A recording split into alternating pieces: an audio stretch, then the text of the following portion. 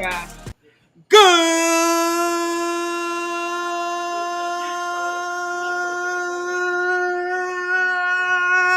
evening, and welcome back to another edition of the MyT Sports Podcast. I am your host, the one and only Talent El Idolo Deportivo Taylor. It is another Fuego Day in the hottest city in the world. We coming at you live and direct from South Florida in the lovely city of Coral Springs. We live today. We fully live. You know what today? Today is another Monday. It's October 30th. It's one day before Halloween. Believe it or not, I am in costume today. You guys ain't even real.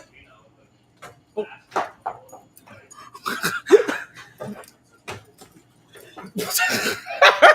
I'm in full costume today. I feel it all over. Yo. I feel it all over. Damn. Forgot about the fan. Oh yeah. It is another beautiful day. It's another Fuego Day in the hottest city. I'm telling you, we got a big show for you guys today. This is officially Volume 9, Episode 12, Track 558 of the MyT Sports Podcast. Right? We're gonna talk about who's your daddy. We gonna give you guys a Blue Chew promo code today. We're gonna give you guys a quick World Series update. We got Fury versus Nigga Nawa. Right? Sorry, I'll be butchering your name, Nigga Nawa. Right, we got Fury versus Nigga Nawa. We got our birthday shout-outs coming up at the top of the show. We gonna get into a little debate about all decades, 2000s versus 2010s. We got that coming up. We had a stinker in Gotham. We got trivia tonight. We may actually do some trivia tonight. I got tricks. I got treats. Right? I got stuff to help you trick. I got stuff for your treats. I got them all today. I should have got you guys some Vicks so you can really get your tricks and treats in. Right? We got them all today, folks.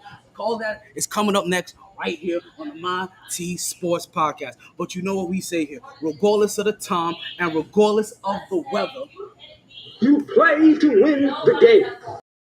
Hello? It's always a blast on the MyT Sports Podcast. So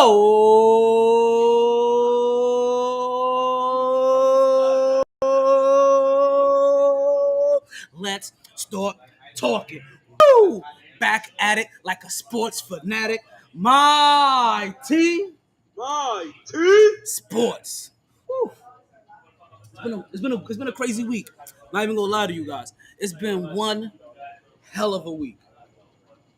We're gonna get into all of that. I don't wanna bring people down. I don't wanna enlighten them, but listen, we gonna get into some shit today, right? So let's start off the podcast where we start off with every single show, and that's what us doing our birthday shout-outs. And you know what we do with the birthday shout-outs? What we do is that we give a shout-out to everybody since the last time that we was on the show. Yeah, what's the show, dude? What up, bro? Why the fuck are you so unnecessarily loud? Hey! You want to be seen? Is that what it is? Yeah! Well, wait till I'm doing my intro. What's your intro? Okay, back up. Because if you spill my shit, we're going to have problems. I don't have problems. Okay. I'm going to do my intro, too. You're annoying me. Move back a little. What? What's your problem, B? You'll get. That's not even a live camera. So you're over here leaning over my shit and you're not even looking the right way. You look good then. I know I look good. I've been look good. No, I've been good. I've been good since birth. I've looked good since birth. But we got a big show for you guys. You know what we do here on the top of the podcast? You do? Is that I'm gonna smack the shit out of you. Stop playing with me. So I will smack the shit out of you. Stop playing with me. What? What? I'm just fucking with you, dude. And my dog back the fuck when he bites you. He likes me. No, he doesn't. All right.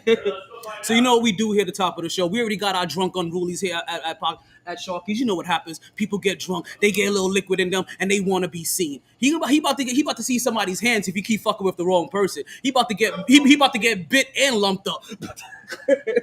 But you know what we do here at the top of the show. We give a little birthday shout out to everybody that had a birthday since the last time we was on the air. But if you follow the show, you have to realize we weren't here on Wednesday. We weren't here on Friday.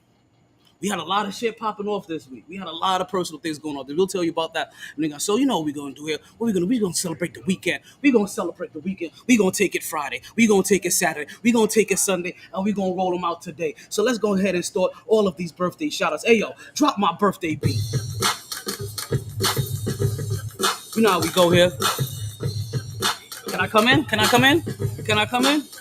Yeah, because yeah, it's your birthday. We said it's your birthday. It's your birthday. It's your birthday. It's your birthday. It's your but because it's your birthday. We sing happy birthday. Happy birthday. Happy birthday. Happy birthday. Happy birthday. We got a lot of birthdays. We got a lot of shout outs today. We got a lot of birthdays. A lot of special birthdays. A lot of the ones that torch the low thigh real quick. You know what I mean? Hit the cortisone muscle. So I want to give the first birthday shout out to my little cousin Mark. Right, he just turned 30. Want to say happy birthday to you first and foremost, cuz. And shit don't get lighter; it only gets heavier from here. I also want to say happy birthday to my grandmother. Yes, on the 28th was her birthday. She passed when I was 12. This gonna be us. This gonna be one of them crazy days. We're gonna see how much I decide to get into today. We really gonna see how much I decide to get into today. All right. Working both ways. Just want to say happy birthday to my grandmother. Even though she passed some time ago, it was her birthday. It was her birthday on October 28th. Also on October 28th, I want to say happy birthday to my homegirl, Susan Lumelli. Happy birthday to you as well. Also, I told you guys I had a rough week.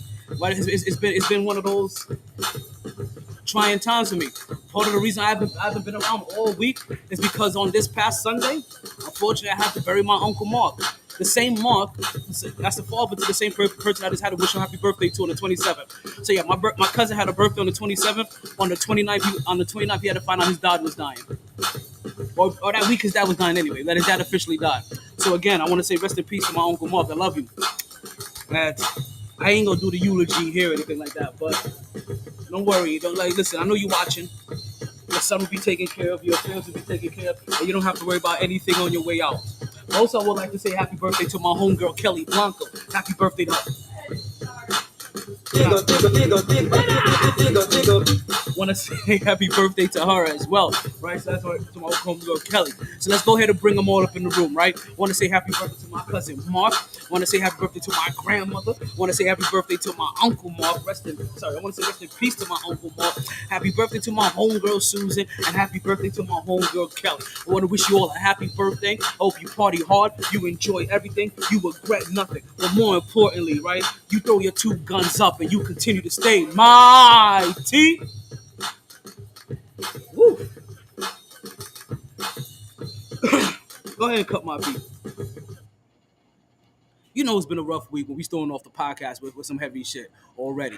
But I don't want to get there. I don't even want to touch all that yet because as disgusting as this last week has been for me, as a rough time as I was having on Sunday, right? I'm having to deal with the death of my uncle and then also dealing with his girlfriend's stupidity. You know what was even uglier than all of that? The Jets versus Giants game.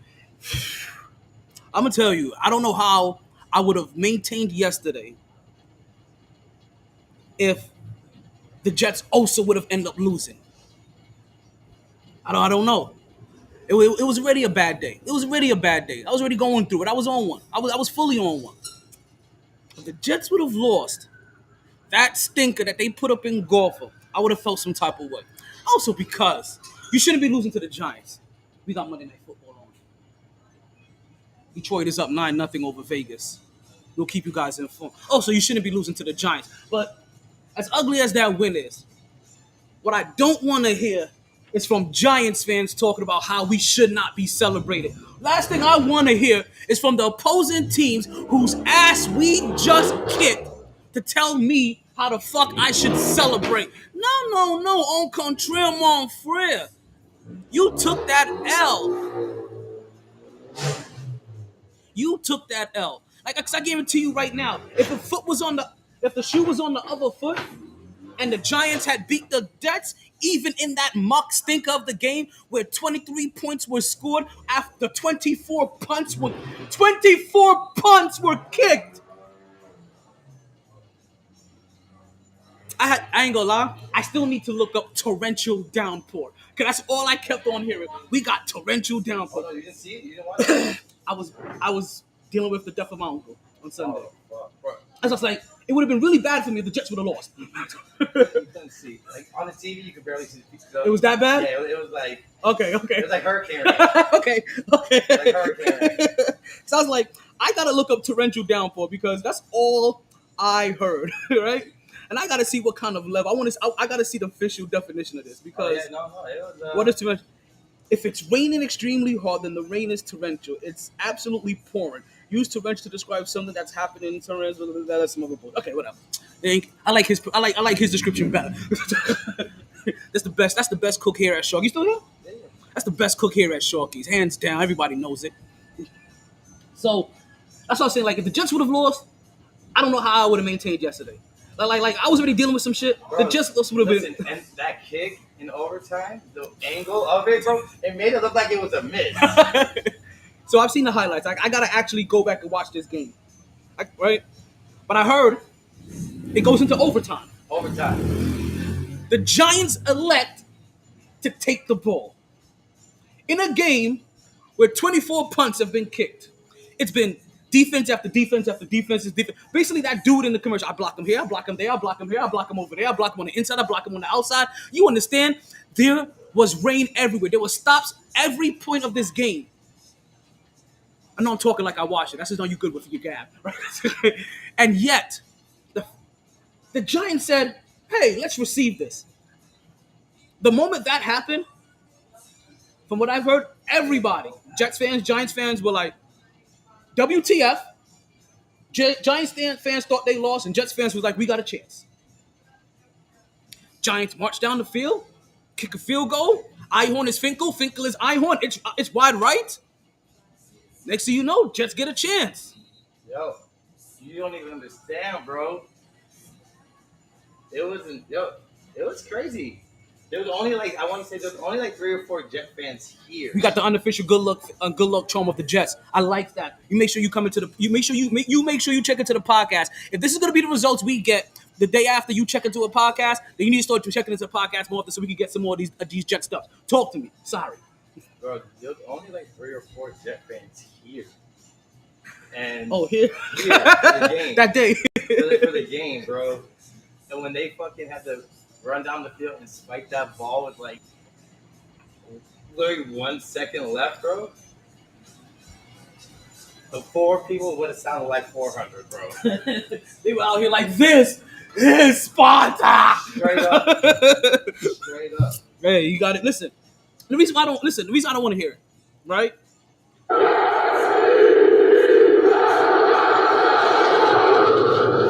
Because I would have heard it from Giants fans. I would have heard it from Giants nations. Oh, we beat the Jets. The Jets this, the Jets that. See, you know the thing about it? That the Giants want to talk about how they have their backup quarterback. They didn't have this. Who is Zach Wilson? He's our backup quarterback. Last year, he wasn't even good enough to be the backup. You understand? When Aaron Rodgers went down, you guys were clamoring for Kirk Cousins. Kirk Cousins is now out with an Achilles. You guys are clamoring for Garoppolo. He went down. All these guys, and the thing I didn't get, you're trying to get all of Kirk Cousins' cousins, right? Yeah. All these average quarterbacks. If you're gonna get an average quarterback, keep Kirk Cousins' younger cousin in your quarterback, because if none of them are gonna do what Aaron Rodgers did, why give up assets to have somebody fall short? This is why I don't want to hear it from you Giants fans. I don't want to hear it from none of you. This is a good win for the Jets. You know why this is a good win for the Jets? As bad as Zach Wilson is, I'm not saying he's good. You heard what I just said. As bad as he is, Your defense. his record in the last 2 years as a starter is 11-4. He lost his job, remember, last year, 7-1. Yeah. Sorry, 7-3? No, 7-2. And the 2 losses were to the Patriots. They're doing shit. Well, Bill Belichick makes neophyte quarterbacks, makes young new quarterbacks look like trash. And if you don't even have to be a rookie. If you're a young quarterback, he makes you look like trash. Yeah. If you're an experienced quarterback, he gives you fits. If you're in the division, he's trying to get that dub because he knows you inside and out. He knows where to push the buttons. He knows the fire alarm. He knows the bellhop. He knows the maitre d'. He knows the service girl that you called up to your room at 2 o'clock. And you wondering why I can't get this itch out. It's bothering me during the game. You shouldn't have done that shit in New England. Now you got clam chowder. Hamburger.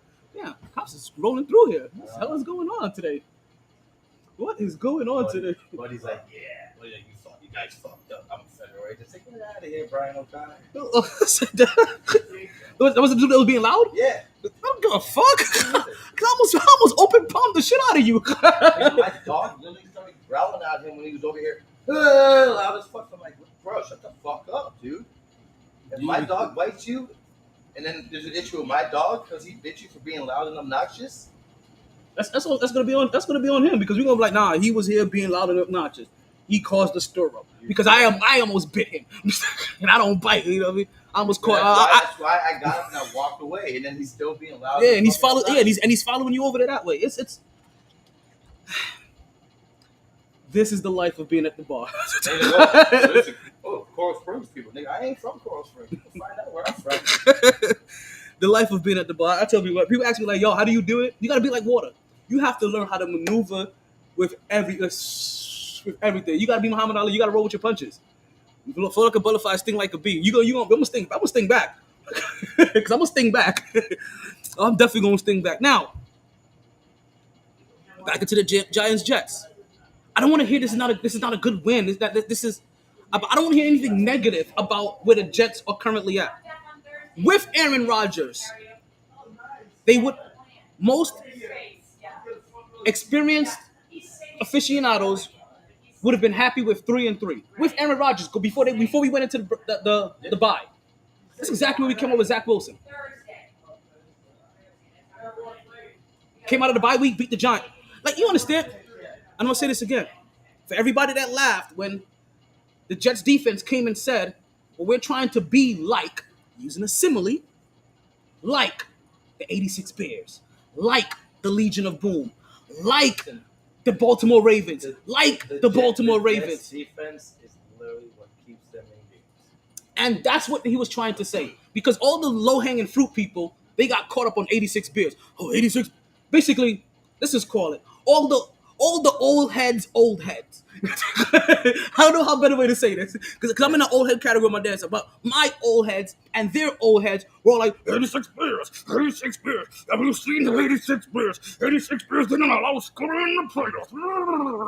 And I'm like, he said like, which means that he's trying to make sure that their defense is the reason why their teams win games if their offense can't carry them. And that's exactly what's happening. Well, Jets honestly have one of the stronger defenses. Because how do you get through Kansas City, Philly, New England? Who else did we play? Listen, Buffalo. Dolphins would have beat them too if they got actual calls. Did we play y'all already?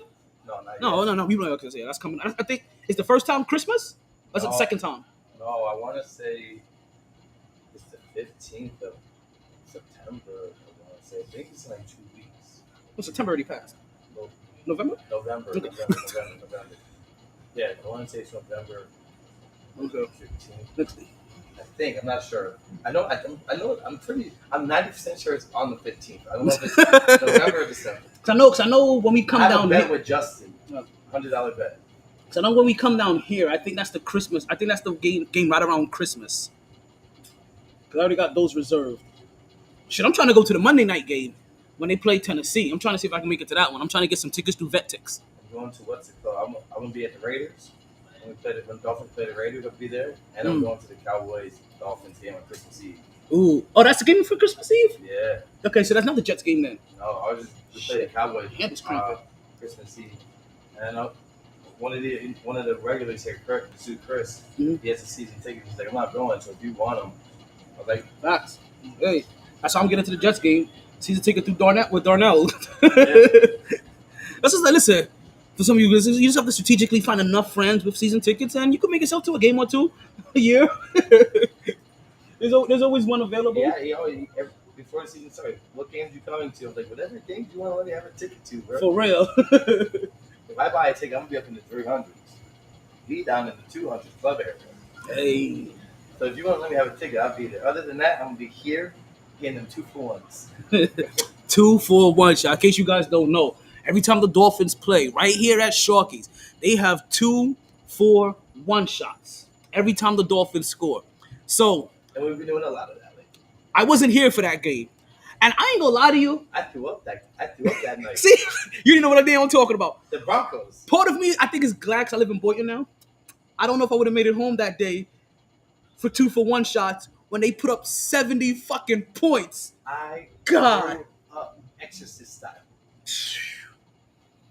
And then you know what I did? Drink some more? Showed the Gatorade and rallied again.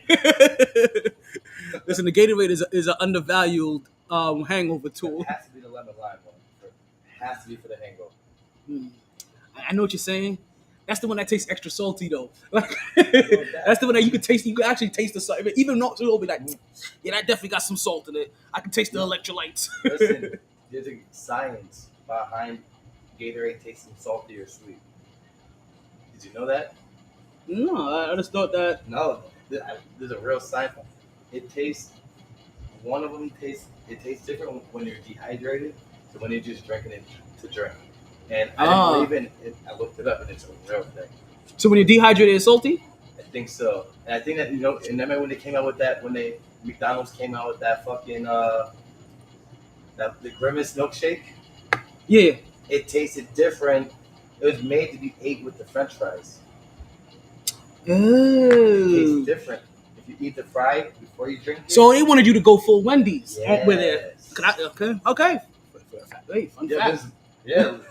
Science is behind all this shit. We just thinking, I mean, I figured there was some kind of sports science to it. Like, like we got to give them salt, but we also got to make sure it's sweet enough for them to taste because they might go drink salt water, So I didn't realize, like, based off of your hydration level, you may have,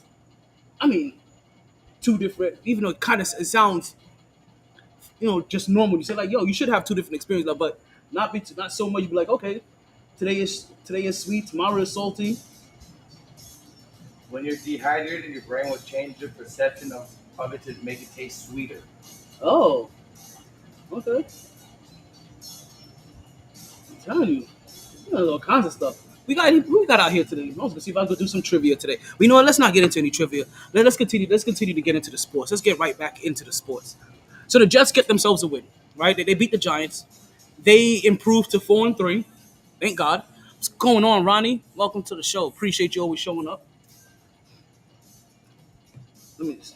Right. So they improved to 4-3, and the talk now is, I know the Jets are 4-3, but I don't. So many. I wonder if the evening parties. I wonder if the Halloween parties have started tonight. Yeah, ambulance. They gotta add something happened. Come here, cause they've been rolling through here They crazy. got different city cops. Oh no. Oh yeah, there's different city unmarked. Oh, you know what that means? Somebody on the bench. Get to the chopper. Get to the chopper. There's some type of shooting going on. Something's happening. We're gonna hear the chopper soon. They're gonna be looking for something. We're gonna hear the chopper. What cops have the white SUV? I think they were white SUV. Not core springs are only black. DSOs are like that green That's that? Oakland? or like No, that's too far. Is that? What's Margate that? maybe. What's that? Parkland. Yeah, maybe. I don't know, but there was literally 3 of the You gotta figure. Coming this white way. marked ones. Hmm. Could be sunrise. Could be sunrise. Could be sunrise. Could definitely be sunrise. That's that way though. Because before when I was sitting there and Buddy was like, "Oh, I'm better." It could be him. Going down Pearl Spring Drive. I said, "Nigga, I don't go down Pearl Spring Drive." It could be him. Just doing What? donuts in the thing now. On the They're like, motorcycle? we gotta go get him. God damn it! It's Sean O'Flanagan again. Whatever. O'Connor. Yeah, there we go. That's the name he gave him. Chad O'Connor. Captain O'Brien. We don't meet up with Dominic. Oh yeah, definitely at Sharkies. We definitely at Sharkies.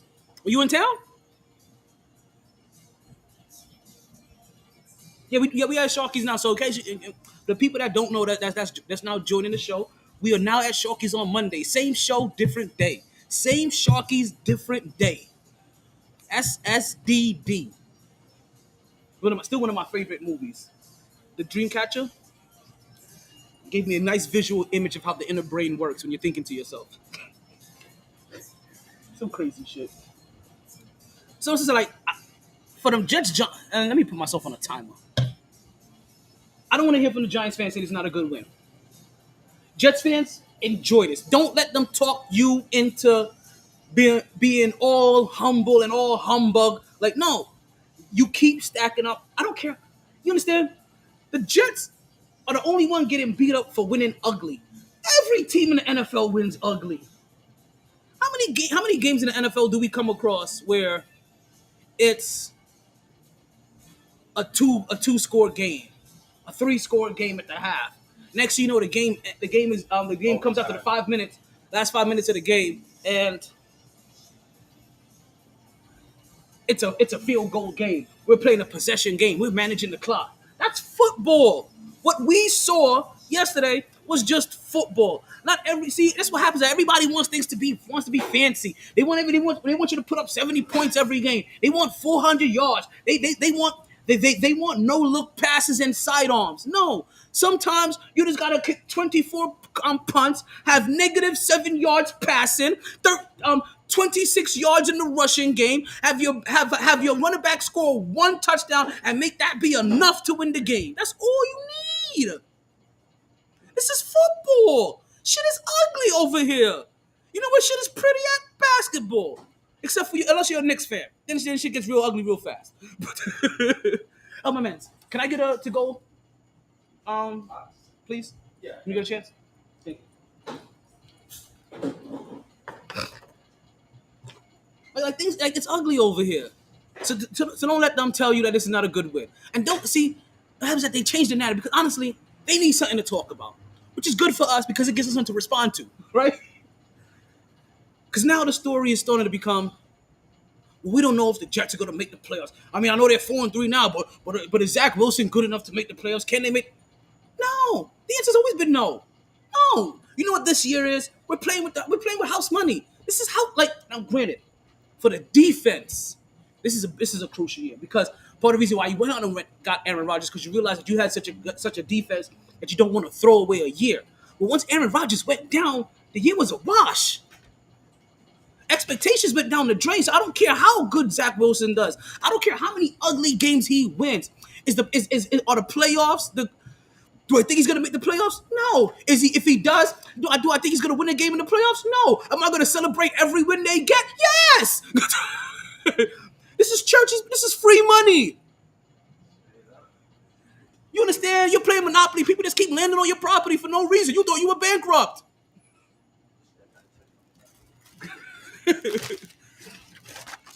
Don't let them talk you out of this. It's a good day, right? And we don't have to think about the playoffs as Jets fans. We just gotta keep doing whatever the hell keeps happening.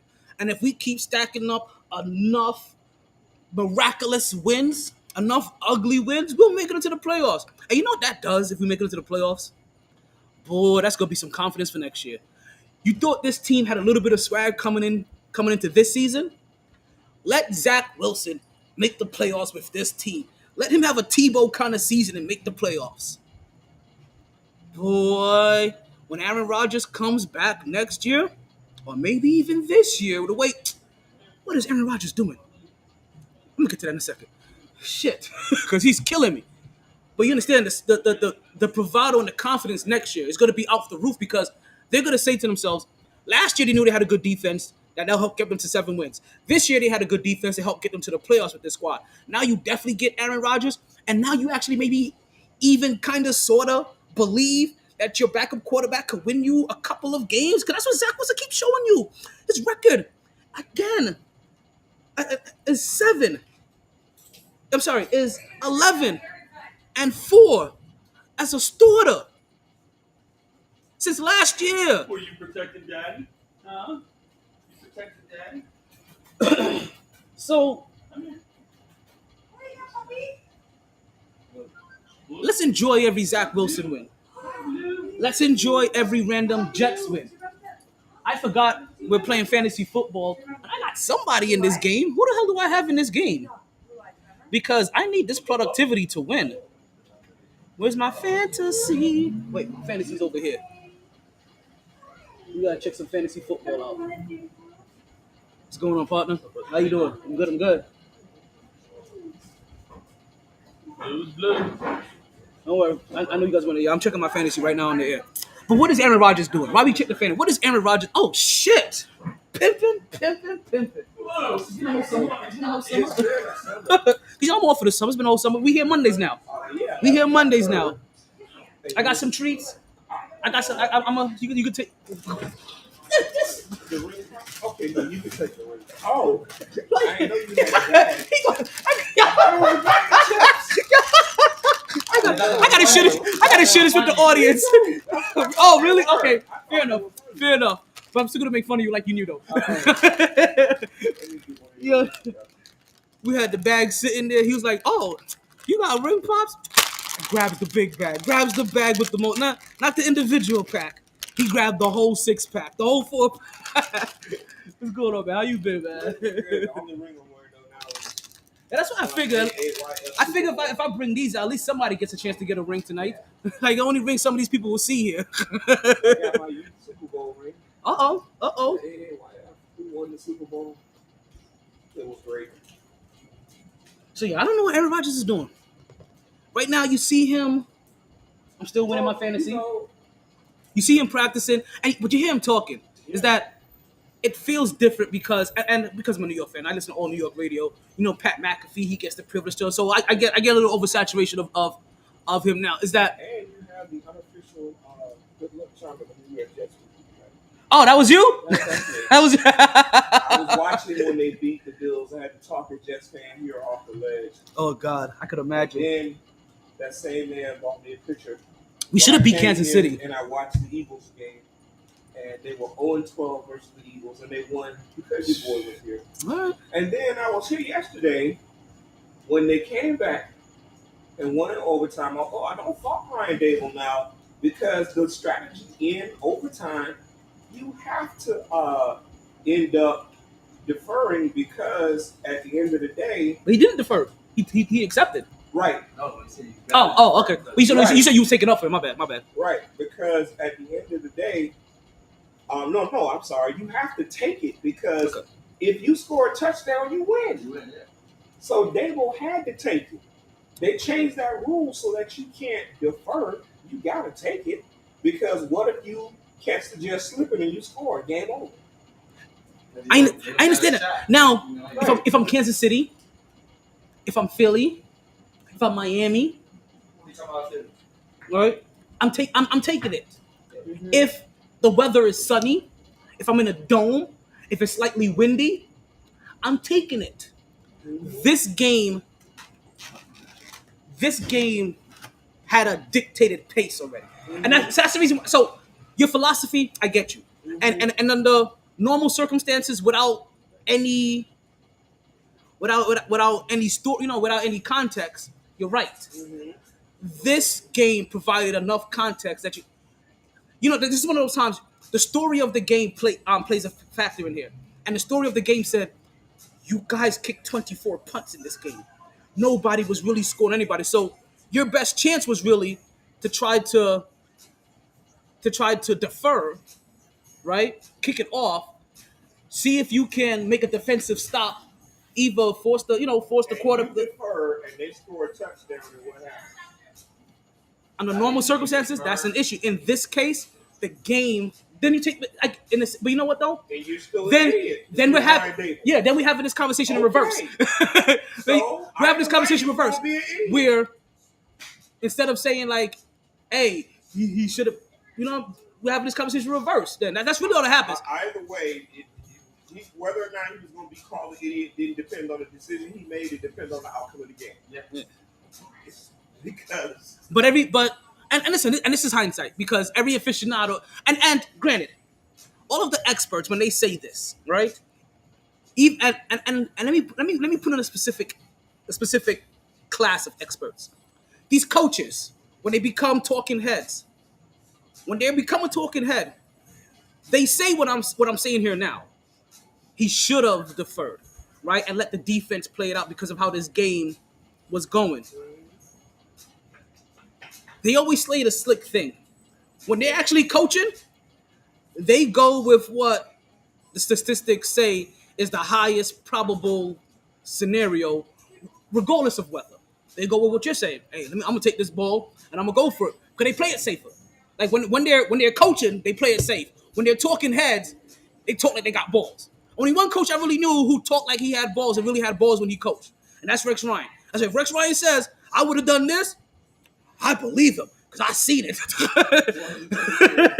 Rex Ryan will go all out on a zero blitz package and be like, Darrell Reeves, cover all three of them. Analytics say under the new rule, you take the ball. Even under the old rule, you take the ball because it was sudden death. We're just saying that now, if you score a touchdown, it's sudden death.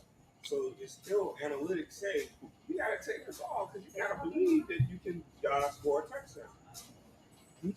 Now you know who else had an ugly game? New York Knicks. I mean, there's a couple ugly games. I don't want to. I'm in my New York mode right now. You know I gotta go to my New York shit first. New York Knicks also had a couple ugly games over the weekend. Over the week, they had a bad loss that they had against New Orleans Pelicans. This is after blowing a double-digit lead that they had going into the fourth, right? End of the game, there's 5+ possessions for both teams where neither one of them score. Capello even misses 2 chippies at the rim, right? I was like, Capello, don't get yourself fired. Like that shit got Ben Simmons run out of Philly. Don't get yourself. But Capello, I'm sorry. Ben Simmons is having a decent season. Ben Simmons is having a redemption season. I don't want to say, is it good or is it a better season than the trash he has put up lately? Well, that's what I'm saying. He's having a good season. Okay. I'm not saying a great season. But that's just You can already say he's not a transformational it's player. just like, is he? I didn't want to call it a good. It's just like he's having a better year because it's better than the trash he's put up. Because is this year good? Good in comparison to what he's put up, or is he actually having a good season by NBA standards? It's a good season. It's not That's kind of strong. Kind of shaky. Kind of shaky. You know what? I just got my next. I got one of my new future costumes. Just popped in my head a while ago. I mean, he's good, but he's not great. Rockaroo.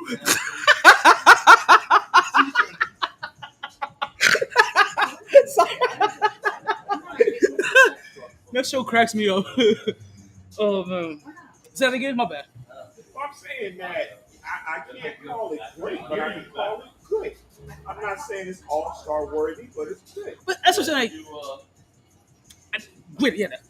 I'm saying good by NBA standards or good by Ben Simmons' last 3 years standards. Not good by what we expected after his first year standard, but good in comparison to the fact that everybody thought that he fell off a cliff. Okay. And now we see he hasn't. But okay, so he's all bloodied up, right? His arm is broken. He's walking with a limp, and we're like, "You good?" He's like, "Yeah, I'm good." That's what we're saying. That's what he's giving us. Like he ain't dead. good. Like he still. I don't agree with you. No. He's having a better seat. He is showing. It's like he came out and we thought it was Tyreek Hill, and now we're finding out that he's a little bit less than St. Brown. Like you thought you had Rob Lowe, but all you have is Palenka. Well, you know what I'm trying to say. Rob Lowe and then the coach for the LA Lakers. Who's that? Rob Pelinka? Is it Rob Pelinka and Rob Lowe? Coach? Yeah, the coach for the no, not the coach, the president of operations, their GM or whatever. I mean, who's that guy? Is it Rob? Is it no? I was just talking about false lookalikes. Like you thought it was Rob Lowe, but what you really got was Pelinka. I'm saying like in comparison to like another sport, you thought he was elite, but then you say he's above average. You know. Listen, and I can see what you're saying. I'm good number 2. I'm being a little cheeky, yeah. But I see what I fully understand what you're saying. Ben Simmons, I'm gonna say not a good year, but he's showing that he can possibly be an NBA player again. Right. Like he's had a couple of years where he's had mental illness. It looks like he's free to play again now. He's doing some things. Yeah. He reminds me of an upgraded Justice Winslow. Upgrade? Taller, maybe. A little bit more athletic. Better, dribble better. Yeah, I mean. Okay, get rebound a little better. I don't know if he's a better dribbler. But neither one of them can shoot. I don't know if he's really a better dribbler. Neither one of them can shoot. But I could say that Ben Simmons, he's had some okay games. He showed you some because he's put up a couple of games of 7 points, 8 rebounds, 4-6 assists, and for him, that's a road to recovery. I mean, it's a far stretch from the 17, 8, and 8 guy he used to be, right? Right. But at least he's starting right now you'll take 10, 10, and 10. Or you'll take 7, 8, and 4 because he's also how the 7, 8, and 4 looks. It's actually contributing to winning. He's actually making good basketball decisions. He's grabbing the ball off the rim. He's pushing it in transition. Right. He's actually playing good defense. He's playing help defense as well at the rim. So you see some flashes of maybe desire back in there, where I think his desire to really want to play basketball was super questioned over the last couple of years. Yeah, you can tell he's not dating the Kardashians anymore. Well, listen, you can tell when anybody's not dating the Kardashian anymore. Nobody recovers from those leeches. Well, it takes you a while. Is what I'm saying. You'll get there. They're like a slow death. Like, listen, instead of dating a Kardashian, just go and see Dr. Kevorkian and ask for a slow death. Like, it's might as well be the same thing. Is Dr. Kevorkian even still? He died, didn't he? Yeah. Did Dr. Kevorkian ever get a predecessor? I think he did. He did die. Yeah. Does he have a predecessor? Is there another? I'm the second famous doctor of death. Like, did anybody ever I want to follow in his shoes? Like, hey, I'm here to suck your blood. Blah blah. If I were his son, I'd change my name. What? What? Why? No, man. Who's gonna want to marry me? Your last name's Kevorkian. Some gold digging hussy. Hell no. We'll marry you for the Kevorkian name. No.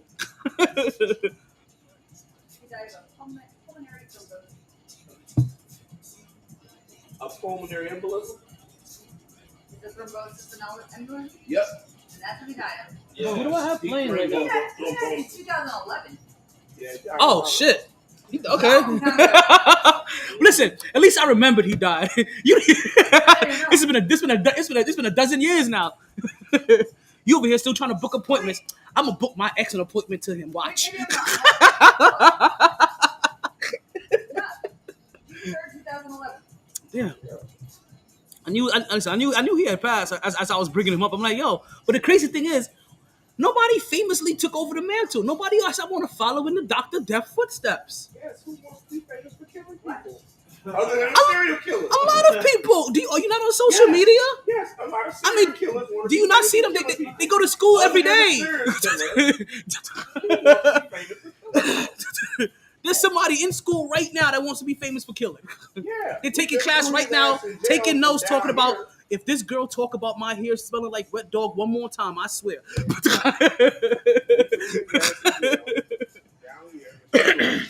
They tried to lock him up, didn't he? They tried suing Dr. Kevorkian, if I remember, back in the day. They tried locking him up. Yeah. Really hard to get around He made people were signing literally over to let him kill them. It was like, yo, I don't want to be here. Like, fuck it. Like, I'll sign papers. I can't do it myself. I can't pull the trigger. I'm scared. Like, I start pulling and my hands start clenching. You know, it's kind of hard to off yourself. You know how many failed slit wrists there are because everybody does it. You know how many people can't blow their brains out because they think their brains are here and they just blind themselves? Hey, they can't. Yeah, they do it vertically instead of horizontally. Like, it's funny because I got this scar. You know that I was like, no, not vertically, just this. No, I mean, blow your eyes out. You gotta go here. Oh, for the brain. Yeah, for the brain. Listen, The brain is right because here. no, we've seen people miss here. We've seen people miss here, like try to go through their mouth. Yeah. We've seen that shit too. So, listen, you might as well. You know what? If I have a kid, I think I'm gonna raise him to be the next Dr. Kevorkian. I mean, if there's still a niche for it, somehow you gotta. Like man Marlowe on The Wire. You said I sound like him? No, I say just do it like Marlowe. Close your eyes to breathe slow. It won't hurt, man. So let me ask you a question. I'm here. I'm here for the questions. You had a choice between Tracy Reed Pam Grier, and Jane Kennedy. Who would it be? And who? Jane Kennedy. I don't even know who two of these names are. You said Jamie Lee? Jane Kennedy. Jane Kennedy. I'm Hawks. The only name I recognized was Foxy. Okay, you should know Mona from Car Wash. Oh wait, Jane. Oh, that's Jane Kennedy. That's Jane Back in the Kennedy. day. Yes, sir.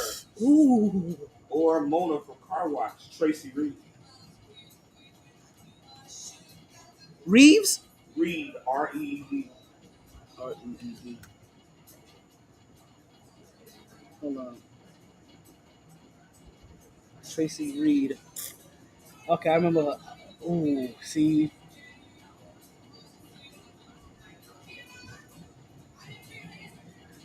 This is the era when Tina Turner was making legs look sexy. Like shit. This is before that. Is this? Yeah. God damn, look at these legs. Down here, where Tracy was like. And then you said Pamela Grier. It may just be Pam Grier. Man, I'm going with Mona from Car Wash. I don't know. It may be Pam Grier, man. Like, also, you know why? Because of the fact that I only know one name out of this whole bunch. Pam Grier is the only one I ever beat off to as well, too. Like, like she caught shrapnel. Pam Grier definitely caught some shrapnel from me. Tracy Reed was just iconic. From Car Wash to Oh, wait a minute. Action. That's Jane Kennedy? Yes, sir. I remember that Jane CBS Kennedy. Sports Oh, Babe. wait a minute. She was Joy Taylor before Joy Taylor. Oh, wait a minute. I still may have to go. I still may have to go with Pam Grier. I'm still gonna go with Mona from Car Wash only because. All right, Chris. I got a question for you. Mona had me going all the Do way. you know the names? Tracy Reed? Uh-huh. Oh, okay. See, these are from the back in the blaxploitation movie era. Mona had me going from 76 to 86. She had my tongue hanging. See, the only one I know is, see, it's gonna be. I know all three of these ladies. I'm not good at names. So. That's I had to look them up too. You know Pam Grier? Foxy Brown? Oh, yeah. The original. You know Jane Kennedy? That's the first name I had. So. Jane Kennedy. And then CBS Sports. And Tracy Reed. Not many people know her, but she was Mona. Sorry, Jane Kennedy. Car Wash. Yeah, for me it's still Pam Grier. Yeah, Tracy was tight work, bro. No, she definitely was. I'm remembering some of these. Man, Tracy had me going from 72 on forward. I remember some of these natural beauties from back in the day. Mm-hmm. I remember even when they made it on Soul Train. Not Soul Train. Yeah, yeah, they've been on Soul Train dancing. Did you know that Heather Hunter was on Soul Train? The Down Canadians didn't have a damn clue who she was. Listen, She didn't have a freaking clue. She had a porn star dancing right there on Soul Train. everybody slips between your fingers every once in a while. You don't let that go on. There's something else with your fingers sometimes. Every once in a while, everybody fumbles a bag. Now, you know what? Since I got you guys out here, right? Let's get into some sports debate, right? Let's get into a juicy topic I had here today. All right. And what I end up seeing, right? You know, I like to get social media. It's a cesspool, but sometimes it could be helpful, right? It provides content for something sometimes. Okay. Let's debate Lisa Salty with Pam Oliver. And I saw all decades debate of the 2000s versus the 2010s. On the 2000s team that this person had, Steve Nash,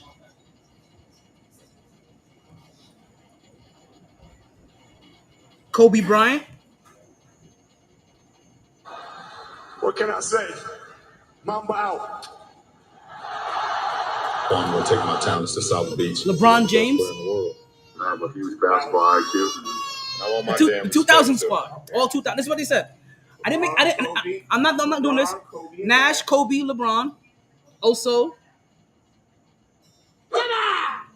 Tim Duncan, Okay. and the Diesel Shaq. 2000 squad. Big squad. Okay. 2010s, we got the chef, the golden child, Stephen Curry. We have the bearded one, James Harden. We have the claw, Kawhi Leonard, making his second appearance. I'm gonna take my talents to South Beach. LeBron James. I Listen, want my damn I didn't respect, do it. I know what you said. And also, I'm Kevin Durant. You know who I am. Y'all know who I am. All right. Well, here's the thing. and Kevin Durant. Now, if you don't like this list, you could tell me who you want to bring in and out. Talk to me. Talk to me.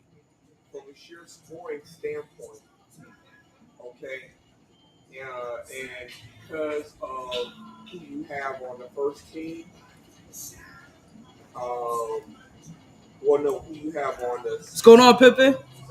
I'm good. I'm good. that second team was Curry, Harden, LeBron, Kawhi and KD. Kawhi, and KD. All right, I'm gonna go with the first team only because, all right, nobody on the second team moves off the ball well enough to handle the defensive pressure of the first team. Listen, you said Shaq was on the first team. Ain't nobody's handling Shaq like that. But remember, You- Shaq shoots you know the twos, everybody else on that other team shoots three. But still, the heaviest person on that team is LeBron James on the second team. Exactly, and I'm sorry, I don't think LeBron's taking so long. No, that's the whole So point. so who fall? Okay, so without making any alterations, who fouls out first, LeBron James or Shaq? Because they gonna test Shaq. Oh yeah. They gonna have to test Shaq. Here's the But then who's gonna guard Shaq? Because Shaq is gonna pivot, post, and Yeah, but here's the problem. sneaker logo. Straight alley all day. Sneaker. 3 is greater than 2. You got too many 3-point shooters on the second team. Tim Duncan and That's the first team. Tim Duncan can shoot threes. But that second team, you got Curry, You got snipers. you got Curry, you got LeBron, and you got KD. Everybody's drinking something. You can't defend at the basket. You got to lead the basket. So I had a couple of problems with this list. Just to let you guys know. Me too. Because as a famous coach once said, You play to win the game. Hello? and That's why I chose the second team. another one also said, She's gonna be like, where's he at? I want winners. That's all I I'm want saying. winners. She's gonna be like, where's he at? So I don't want Steve Nash on my squad. That's why I said the second team. You got Curry, you got LeBron, you got Harden. Okay, you know Harden's not a winner. But the problem is you got too many 3-point shooters right there.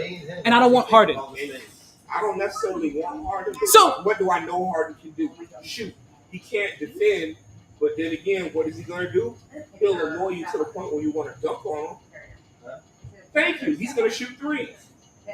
Yeah, Kobe shuts that down. Okay, but he can't shut Curry down because Nash ain't guarding Curry. And Shaq ain't guarding KD. He's not off the dribble. You can't go to him off the That's dribble. my point.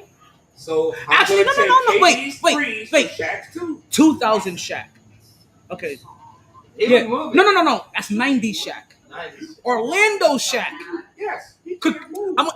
So Shaq, before he went on the Phil Jackson diet plan to be a 300-pound muscle man in Orlando, he could keep up with KD. Yeah, he was moving.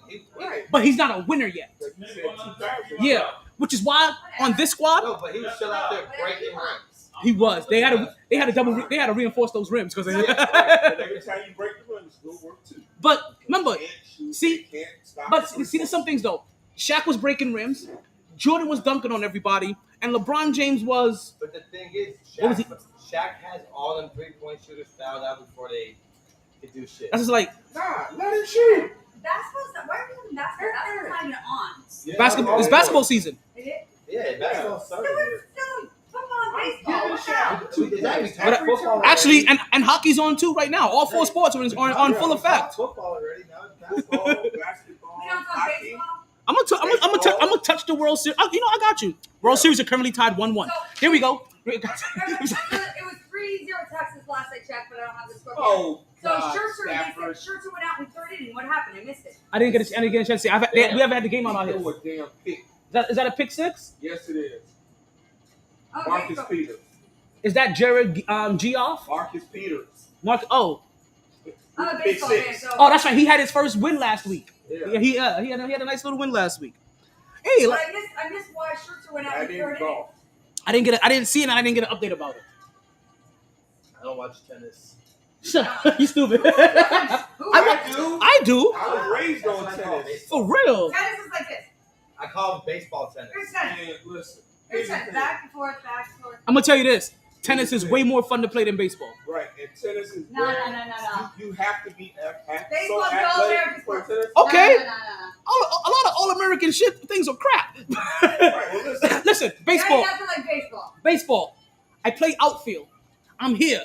When I'm I may not get no action for 3 innings. But can you hit? Can you hit 100 miles an hour? Okay, I go up to Can you hit. hit an 86 I go up- mile an hour slider? I go up to hit once every 9 turns. It's not It's fun. it's boring. You're I like got- this, but here's tennis. I gotta sit. Okay, Yeah, but that's That's like You're hockey. talking- That's like hockey. 30 miles. and what did I say? Tennis is more fun to play. I said tennis is more fun to play. Yeah. You know. Yeah, no, they be serving over. Oh yes, Serena Williams. You talking about 100 miles? Serena. You talking about you talking about 100 miles in baseball? Serena Williams' serve is 100 miles an hour. Yeah. She's hard. Listen, she's hard. I didn't know that was that fast. No, yeah, those serves coming out. So as I said, it's more fun to play. And bear me out. If you're playing Play baseball, or watch? I'm saying I said to They're play. both boring to watch. I said to play. Okay. No, listen. Nobody believes when I say this. Football in person is boring to watch. Hockey is the best sport to watch live. What? Yes. No way. Hell yeah. I went to a live hockey game. I was like this. We're gonna You watch it because they're Okay, funny. so then, You don't see all the fights because they go to commercial. There be fights. Love it, isn't it? A whole shitload of them. live, maybe. Yes. Did I get Chill? Is that who I hear? I do hear Chill. Real. I got you, Chill. I'm gonna mute you for a second. I'm gonna mute yourself for a second, Chill. We having some But you debates hear over the here. pop.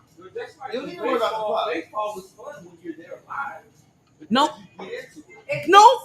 No, Baseball if is- you're fun- if- Baseball is boring live. You're there live. Football is boring live. No, it's not neither. Foot I used to think that about football Football's not boring. when I was younger. I'm like, live or on TV. I was like, all these bunch of guys jumping on top of each other. Where the hell's the ball? But once you It's only understand, fun live because you're already faded from tailgating. right, That's why- that's it. It's no fun live. This And when you're football, at a baseball believe it or game, not, football is slow as shit. As an action sport, it's quick action, and then you sit around for 45 fucking seconds playing with your It meat. is slow. It is slow. 45 seconds. What is? But when you understand, Football's not slow. Yes, it is. It's slow to watch in person. Fucking game in when the you world. understand- That's what she just said about baseball. Y'all make up your minds. Baseball sucks. Baseball is fucking sit there, throw it, they throw it. This is what I feel about baseball. If you know TV, I can put something else on, put something else on. Is there anything fucking greater than a fucking 80-yard pass for a fucking catch and a touchdown? A three-pointer from from a flip in the end zone? a three-pointer from the logo doing this. Somebody get dunked on. Hey, I want to see you come on. back. How about this? Come on, come on, Cheetah. Cheetah runs. Let me see you in the batting cage hit what they hit. What they off their pitches. You can't do No, that. I also But don't I'ma get tell you paid this, though. millions to hit I that. can't hit a serve from Serena Williams. I can't catch a pass from Jalen Hurst. I can't hit a baseball from Matt Scherzer. I can't block a hockey Hey, puck. but you know what? How You old don't- are you? You don't get paid the millions they do to do that. It's- So- Like I can't catch none of those. How I can't old- hit how none of old those. I'm 42. So when Okay, you you take know all Boomer of that Si- into effect, Do you know who Boomer? Do you know who Boomer Sison is? Of course. Figured they broke it 4 times for Boomer science, and I played. Oh, goddamn. University of Maryland. Trying to catch his balls? Pause. He throws it so fucking hard. This finger's been broken 4 times. I was defensive back, and that motherfucker throws it harder than anybody I ever fucking met. So he preferred passes from Frank Wright. No, Frank was Wait, pretty good. Frank and Boomer were Who like, threw a soft? Who did they say? You prefer Chad Pennington. He's right? So that's why I said like these sports are born in person because the action No. lags. Boomer was before Frank. Okay, Like, right. I'm sorry. If I had to play like I know they were right. Remember baseball, to me, 1984, we were down here in Miami. Guys, 31 nothing. guys. Greatest comeback college. Baby. What? Where did Scott play NFL? Your brother? My brother played for Denver Broncos in 1986. What? What was his name? Scott Ty. Okay. No. Okay. I don't even know how we got here. That was it. But I do remember that comeback with Frank Wright. He had And then he So- also did the same thing in the NFL with Bills, which that's since been broken. Right. It's Guys. been broken now. He had the greatest comeback ever. Like, are we talking or you guys talking? No, but I was just saying. We know we're talking too. I'm just letting you know that I'll tell you what, the greatest sport alive is hockey. You're there and you're behind that fucking glass, and when that guy comes and checks that guy on the glass and you're right behind that glass, ain't nothing better. That's the second one to me. Feel it. After basketball, Remember, you were watching WWF back in the day, I still watch it today. and remember when Shawn Michaels threw Marty Jannetty through the plate last one? Mhm. That's the same thing that happens in hockey all the time. Listen, It's live. It's It's real. live. I- It's listen, real. I know. Those motherfuckers I know are that- fucking people up. Have I said one bad thing about hockey? No, that's Okay. Now, here's another I've talked thing. bad about two sports: football and baseball. Because they're the only two boring sports to me in person. Boring? In person, to go watch in person, they're boring. I love football. I don't I- know. But you see, I've coached it, played it on collegiate level. Same To here. I can understand it in high school level. I understand the game, and I know I watch everything that's going on, not just the I- play. No. Okay, so I How can the guy blocks, I get- the feet, Even- the feet but- from the defensive backs, but the after- stance of the defensive end. I know it all. I understand that, but then it took me 35 seconds to get there of nothingness. There's too much depth. So But I'm telling that's you, watching. You understand the game better. No. But what I'm saying, what makes it boring So what's is the because best sport to you? basketball and hockey. Hockey, And then is after- only to after that- watch in person. I'm talking about. This is what we're talking about. To watch live in person. Baseball and football are horrible sports in person. There's two. And what I'm saying, soccer and tennis. The worst My top sport to watch to is watch. fucking golf. To me, that I love playing it, but to watch golf love it. fuck that. I don't. We're not even.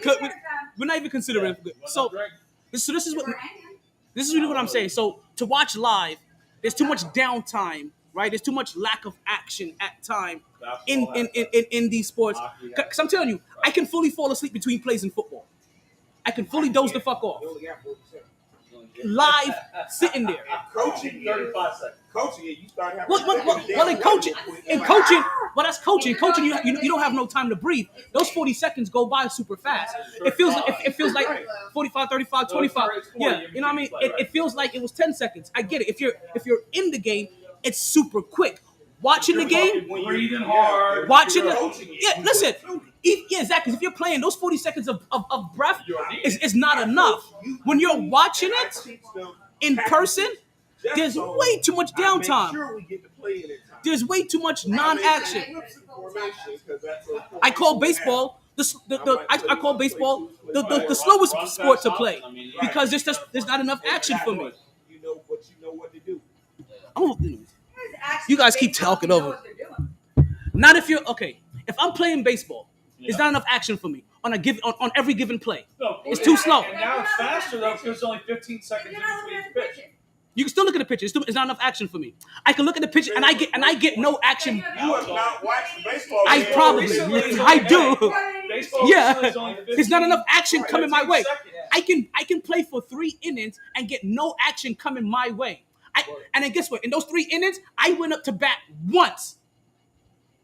That's some bullshit. It's slow as fuck. I'm sorry. I want more action. But that's the same That's slow thing as as fuck. saying a wide receiver may only get a pass every 15, But he's 20 on the plays, field. but he's on And the he's field. running. Okay, He's on the field. there is a slight difference though because there's something that you're physically engaged in every play Other than in I'm sitting football. my ass in In the sun. baseball, Yeah, in baseball. in baseball, phone. you're just sitting there soaking up sun.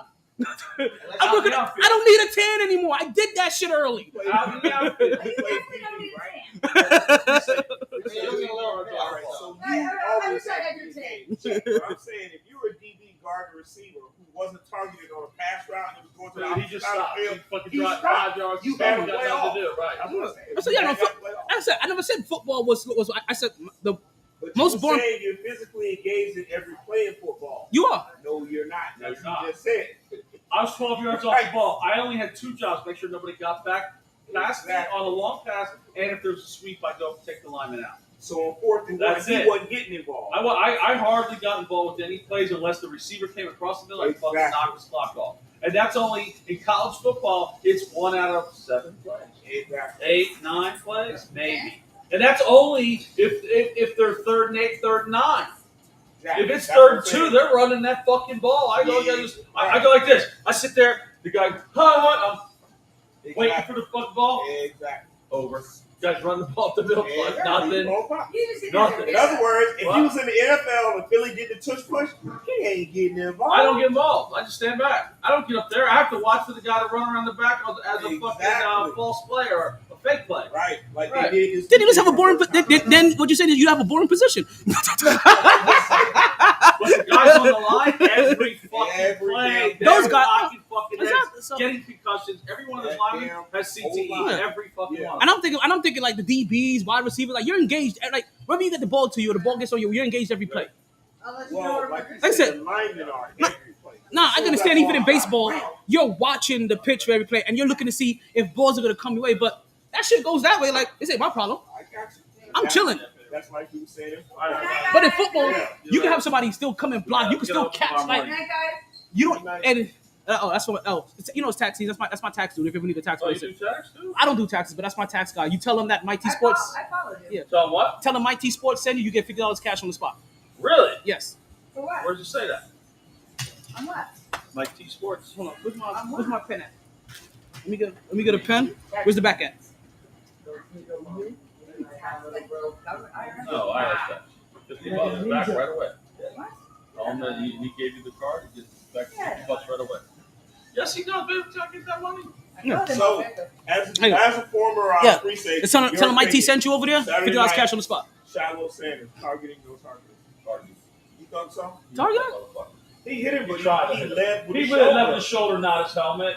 But He in did today's lead with his league, shoulder. they're calling that target. Okay. So here's my point. We were allowed to knock. I mean, if I saw that motherfucker coming across, I would step up and fucking hit that. So I would try to knock him out. So I would try to hit him helmet. by what they defined, Which is, you know what? they were saying, well, he lowered his head. Okay, He now didn't. He put his head like this. I saw. Because He lowered his head, but he lifted his head up If I did this, I lowered my head And too. then to he give him a also shoulder. put Yeah, to give him the shoulder. boot with the shoulder. But by And league do that. rules, he did target. Because are you allowed to hit on the rise? Yeah, but you're not allowed to hit with your helmet. He didn't. He hit it with the shoulder. But he hit with his helmet too. Side at the same His time. head reacted, Right. but it looked His head like he reacted. caught a full shoulder. They're gonna, You know what? they're gonna do that 'cause they get This reminds me of what Tom Brady they get said. headlines when they do that shit. Right. That's Well, all it was. if he would have gone down at all with the head, I'd have been like targeting. But he went like That's not this. never performing. Oh yeah. You guys can't see He what's did going like on here, this. but And I'm like, no, I'm saying that you guys. I'm talking to the thing. So But I get what you're saying because I had a kid in youth ball. Yeah. He did a perfect hit where he hit the kid from the okay, front. this had nothing to do with us to the anymore. point where the guy spun around. I'm like, bruh. He would've Okay, spun around I'm gonna talk for a second. Go that way. Go that way. Go that way. Go that way. Because you guys keep having these sidebar conversations over my microphone. Yes and no. It's like yeah, we ain't flowing. Good night, guys. No. But you know what you're talking about? That penalty? Yeah. It reminds me of what Tom Brady said recently. That defensive players are being penalized for quarterback mistakes. Right. The quarterback should not be tossing that over the middle or tossing that where he's tossing it where he could put his receivers in danger to get popped the way they get popped. Now, granted, that wasn't exactly what applied on that play, but it's part of what Tom Brady has been alluded to. And what about their health? Because if Shiloh comes and hits him the way they wanted to hit him by wrapping up completely, He's taking all of that and getting trucked. he breaks his. he could break his arm, break his shoulder. So by coming in and using primarily all pad on pad is what he did. All pad on pad, but they were like, well, the head lowered. My head lowers when I bend my knees. So you're gonna call me for targeting if I do that too? Come on. He hit him shoulder on shoulder. Facts. I'm gonna have to agree with that. I definitely do. I definitely do. So I'm gonna move. No, let's since we managed to talk football somehow, right? Since we managed to talk football for some reason, I don't know how we got here. And I was trying to talk basketball. We literally got all the way over back to football from a basketball conversation because I don't care what y'all say. Football is born in person. When I'm in the stands watching, I fall asleep between plays. Once the play engages, I get guy on the line, footwork, butt position, head position, arm down, three fingers deep. You understand? Can I try? Can I try four? Oh no, we finger banging, right? I get it all, but football still comes off. What's that? Oh. Yo, I really do fall asleep between plays. But like the second quarter, I start falling asleep. And you know what though? Before I go any further, let me go ahead and introduce my senior Ohio correspondent to the podcast. Y'all welcome to the show. Chill. Will. Drop takes, don't you? Drop takes, don't you? Well, if you're going to drop takes, you might as well go ahead and drop them exhibitiously.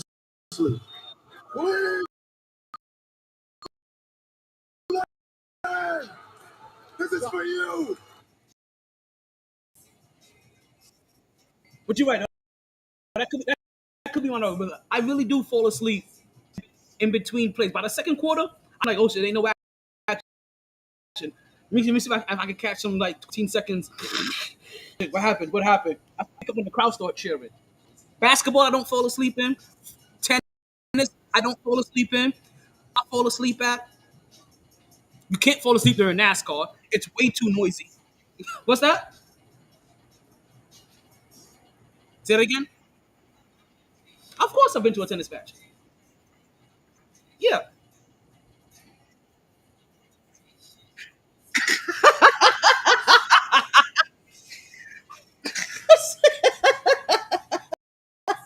You know, you're right.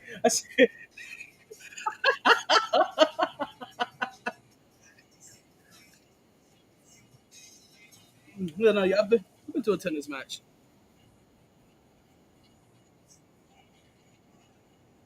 Hmm. No, I haven't been to an MLS game yet.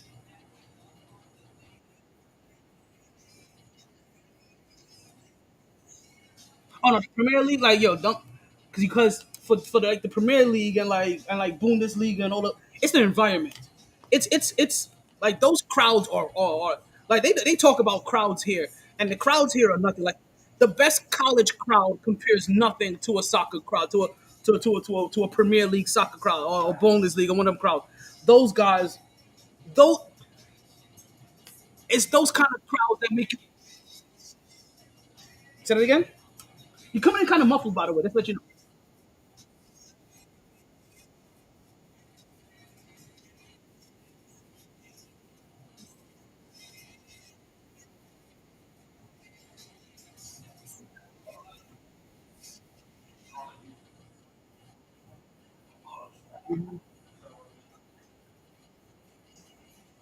They're definitely it's one of my tops. Basketball. And I said this, you weren't here when I was just talking about, it, but or maybe you were. You was hearing some of this.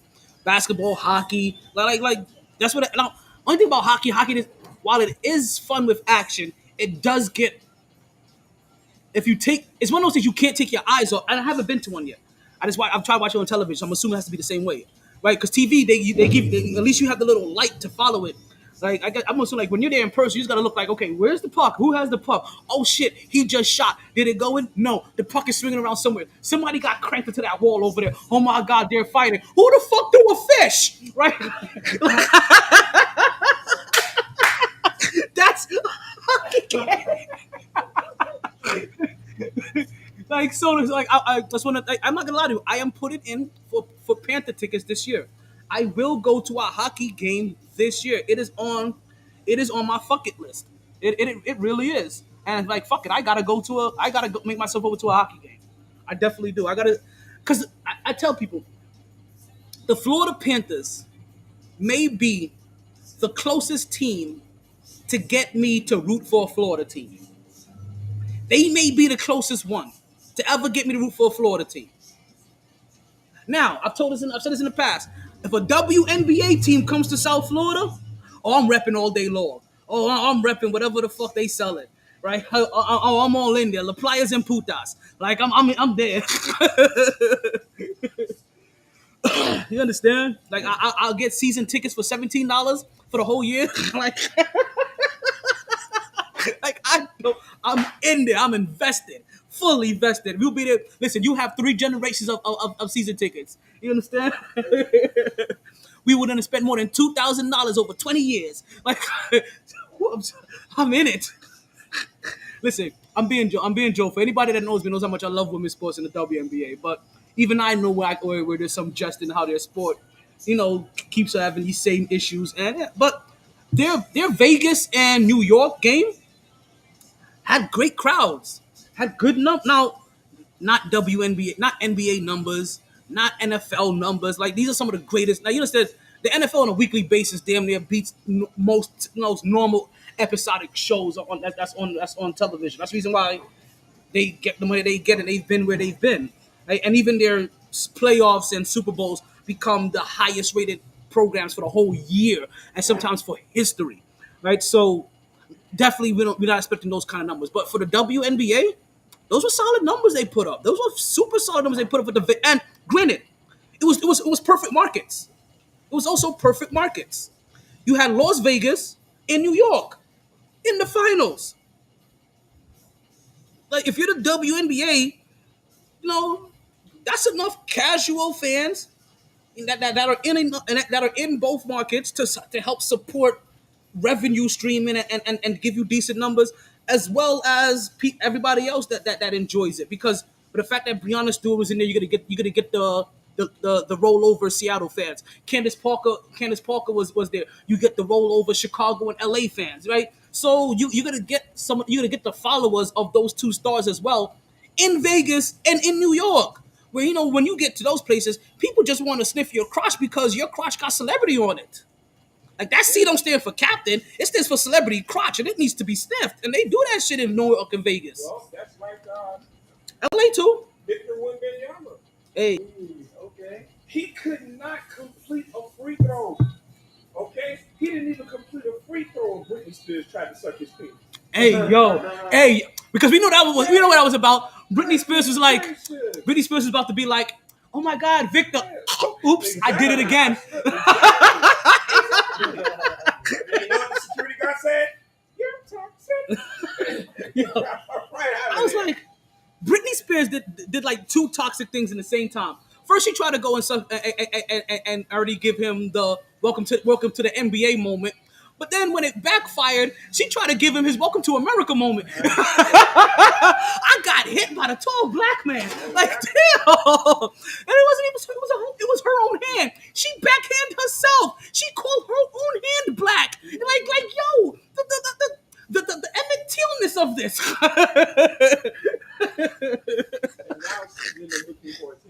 And now she's over here dancing with Nas.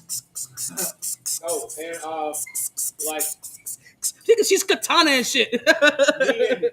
me and Justin, we got pregnant, but we thought it was best not to have the baby. No shit, really? I know Justin. Like we didn't know that. Like we know Justin and his family told him, "You better not keep that baby from that woman." Exactly. And he was like, "Okay," he danced his ass out of there. He was like, "You know what? I'm gonna let's just make it seriously." Britney Spears made Justin Timberlake stop fucking with white women. He's the reason why he started fucking with black women.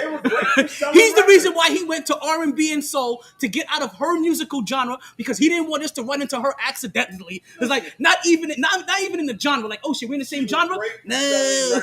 Okay, after that, we get her. Okay, now we're gonna make some R&B records and get out of here. Mm-hmm. That was it.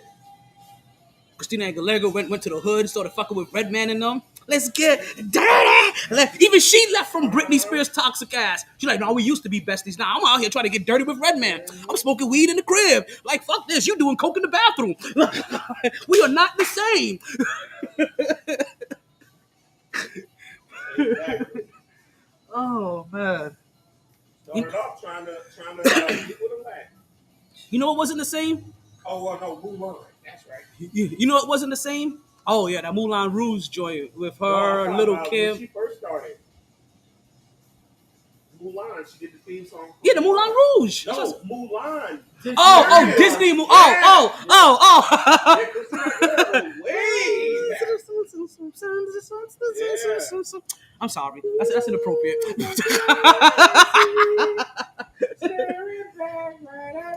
Exactly what he said. I was imitating Was that Eddie Murphy? Eddie Murphy as the dragon? Oh yeah. Yes. That was Eddie. Okay, that's all I remember. Yes. Hey, what you doing, girl? You can't be a man unless it's 2023, and you could be a man. Good Lord. So outside of that, you know what else was kind of crazy? We'll bring it back to sports a little bit. Since we talk about feuding couples and stuff. This Tyson Fury and Naganawa. Oh yeah. Naganawa. I know I'm pronouncing.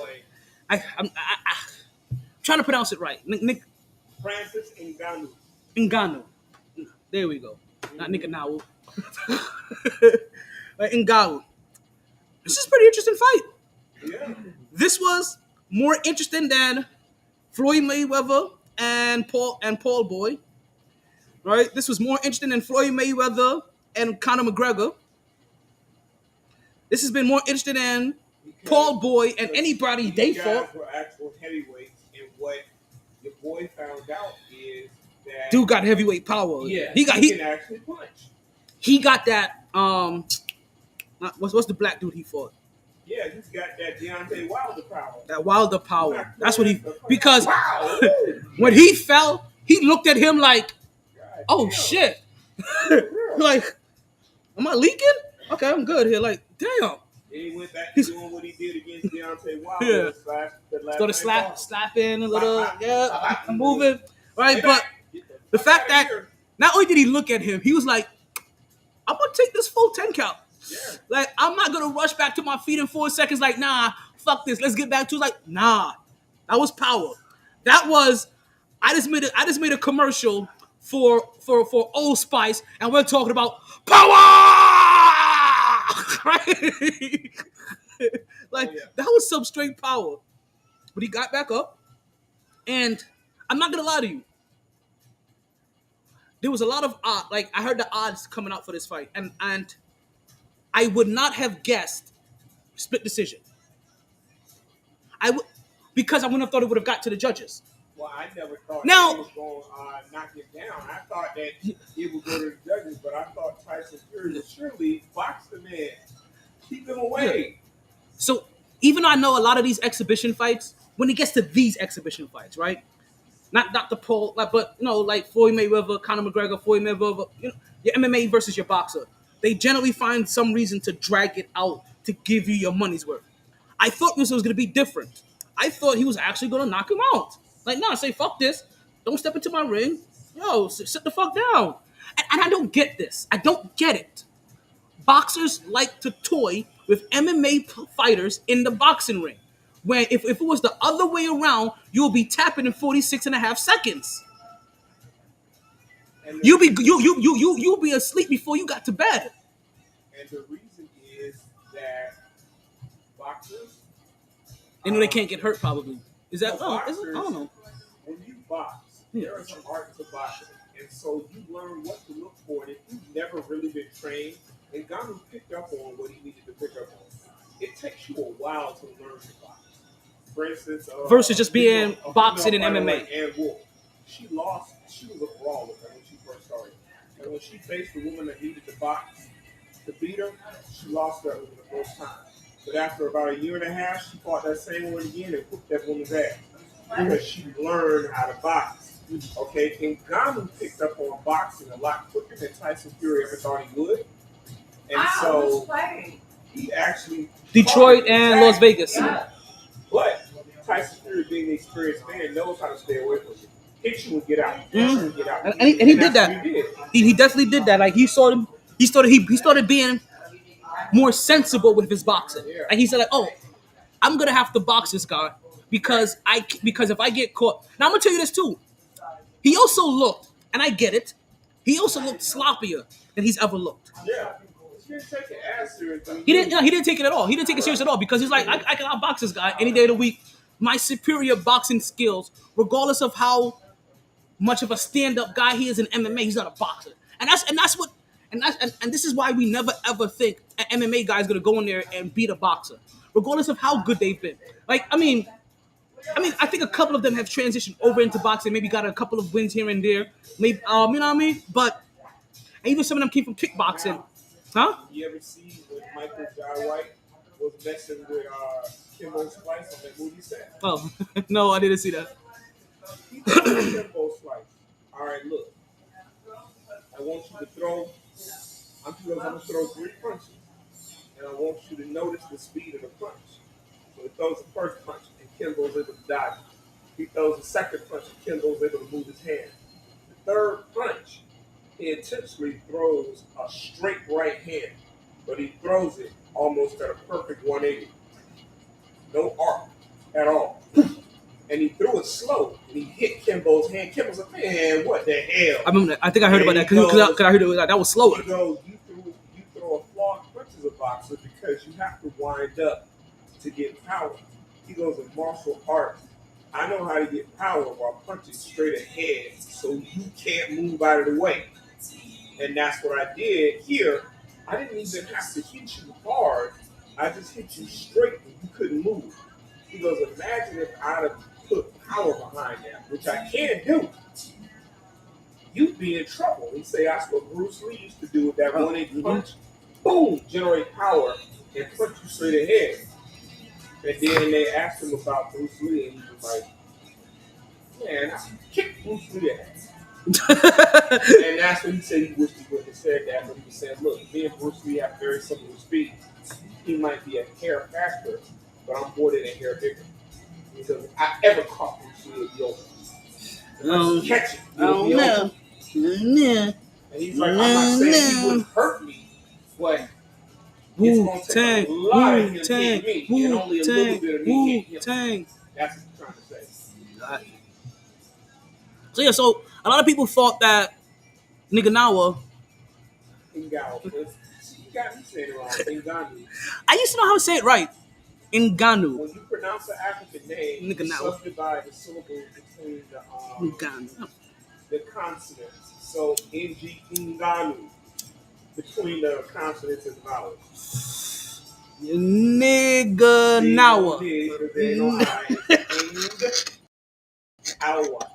Niganawa.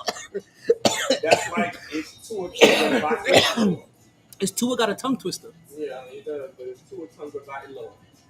Not Vailoa, like AI. Vailoa. So a lot of people said that Niganawa was robbed. Yeah, he was. Oh, I got you some stuff, man. I got to bring you some treats back from Seattle. Oh, I was out in Seattle appreciate about a month ago, right? And I bought your girl Rabbit some. And my girl Rabbit? Yeah. When I was on the show with last week? Yeah. Oh, okay. I just met her last week. I thought she was going to be out here again tonight. I thought she was too. Yeah. Talk to you about her later. She's a great girl. Got to support her show. But anyway, I do. I want to go on her show, actually. I got to make it over there. What happened is, we went to Seattle and it started to rain a little bit, as it always rains in Seattle. And then I found out that weed was legal there. And I went, it's raining. Weed. Shot him. And sure enough, he had a cannabis shop. Right there. Right down the street. And so I went to nice. Cannabis. And I bought me some Connie Chunk. Interesting strain of weed. I'm gonna be very interested to see that one. Yeah. Like, I'm gonna tell you. They had some Rick James, which they said it was an acronym for raspberry ice cream.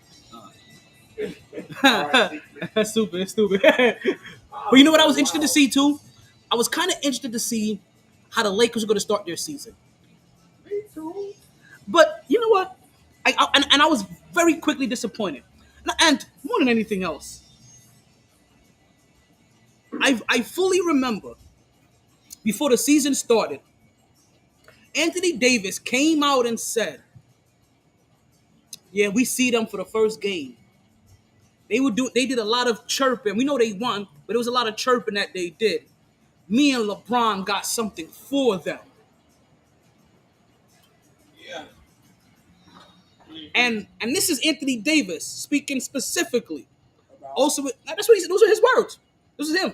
I'm quoting him. Then, also in that offseason, LeBron James came out and said, "This is Anthony Davis's team." I was like, "What, really? This what we doing already?" You know, I know it's supposed to be like 4 years ago. but do you know why we doing this? Well, because it should have happened. He's trying to motivate AD. No. He did it to get AD the contract. That and who comes in the league next year? His son. So he could leave and say like this AD's. Exactly. Understood. We're not supposed to leave back here, are we? No, of course not. First of all, an applicant. All right.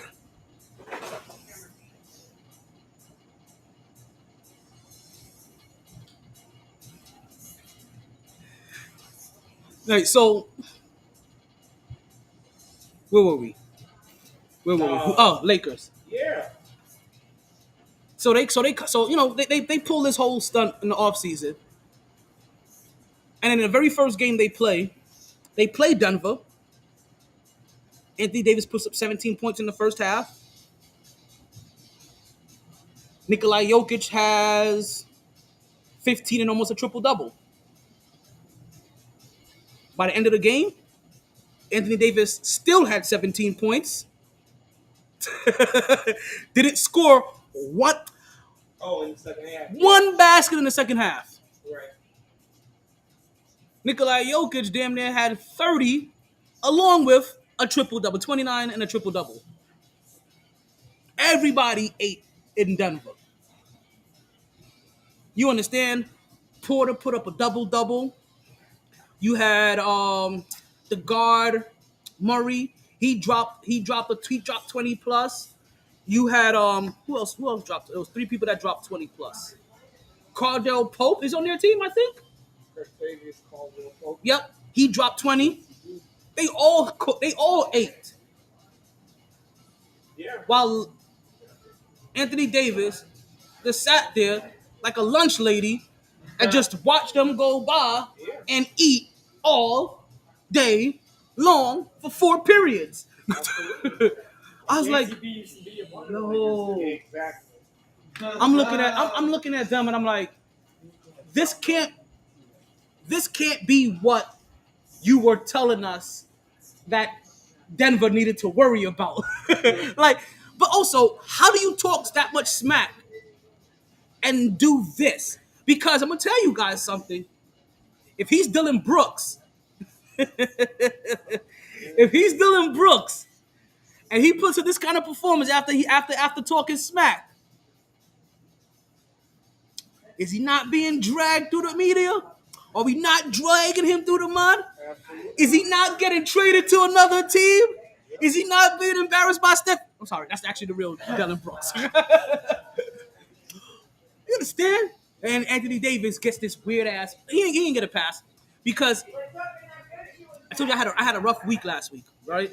So this is actually a topic from last week, and I've told people in the past I generally don't watch First Take anymore. Not because I don't love the show. Me and Stephen A. Smith sounds a hell of alike.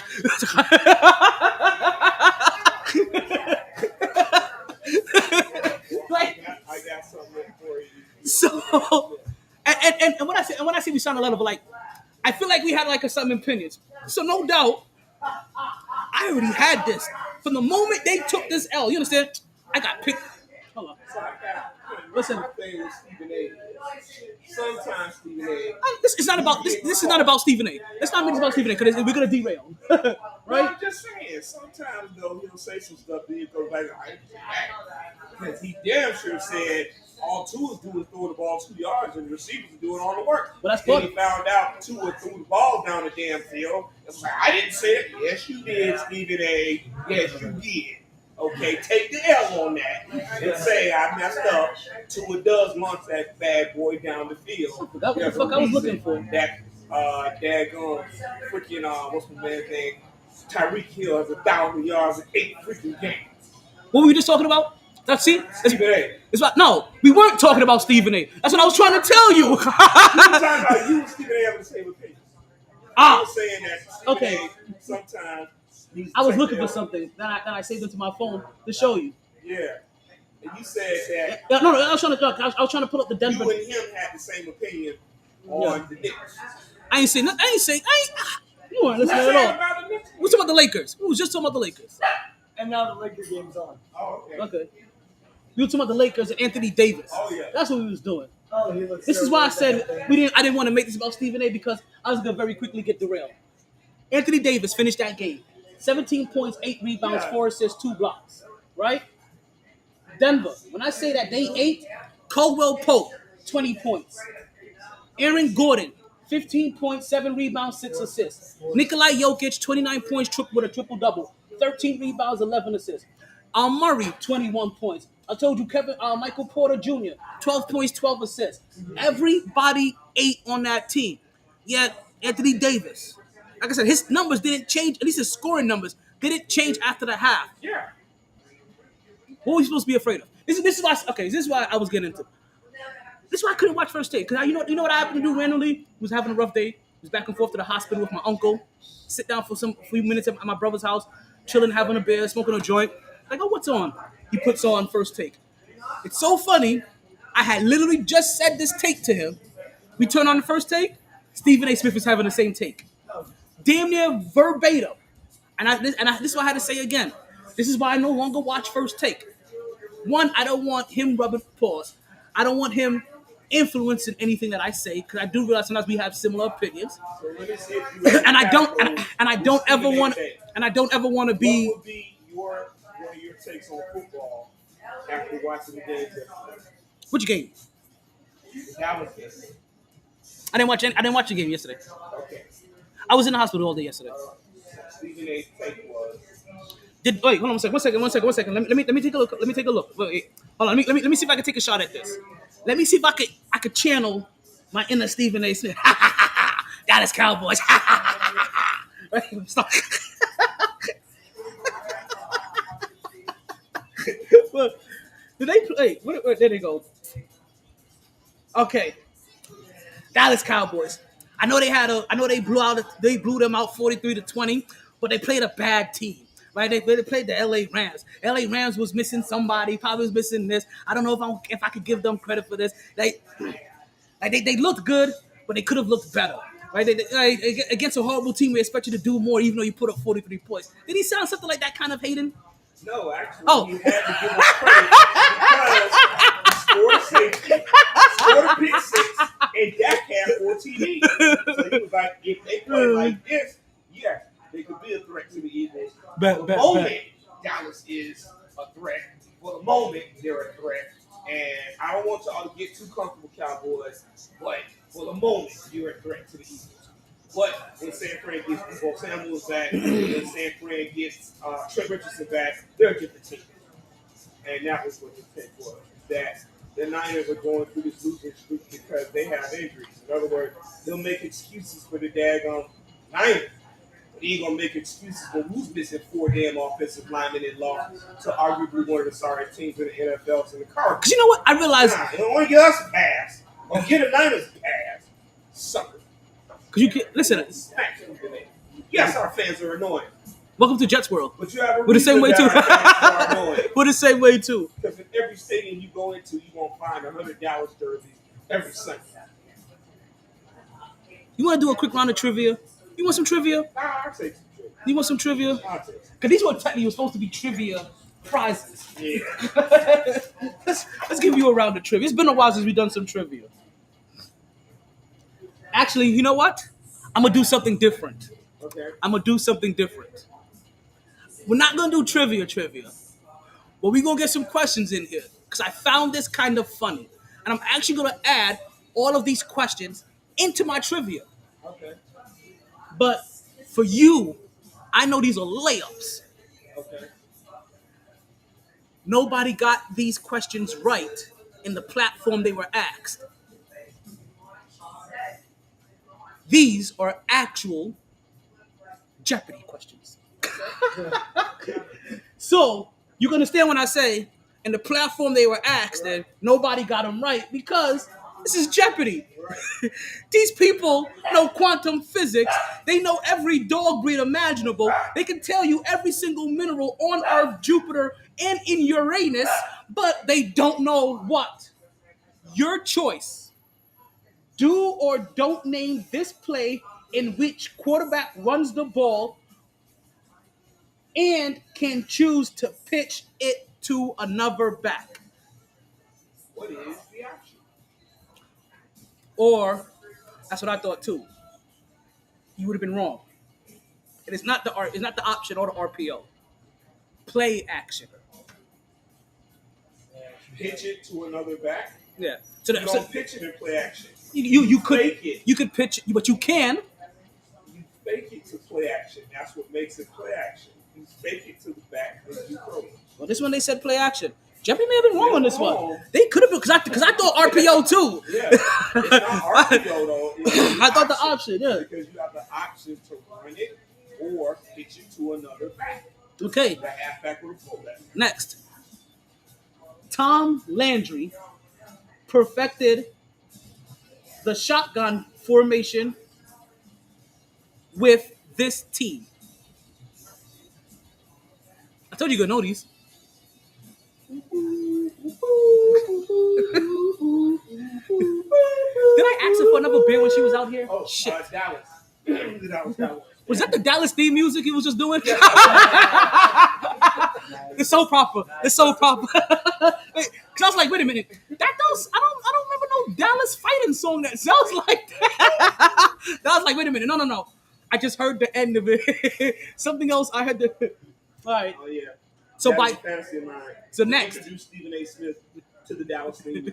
Next, by signaling for one of these, a returner can reel in a kick without fear of getting tackled. Or a kickoff. What is a fair catch? None of these were right. They got none of these right. These they didn't even guess. Didn't even guess.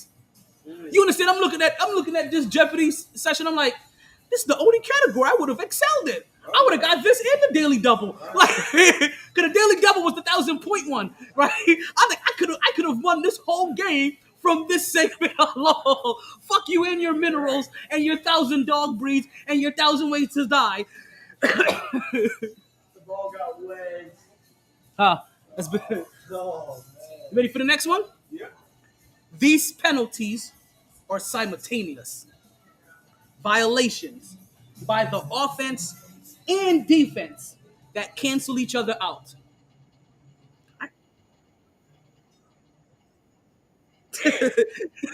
And These were real. and What? and one of the hottest rappers in the game. Oh. Offset. Listen. Oh, so you missed this part, too. These were real Jeopardy questions that nobody got right on Jeopardy. They did. These were layups. But no, you're right though. You're right. That's how I said. That's how I was like.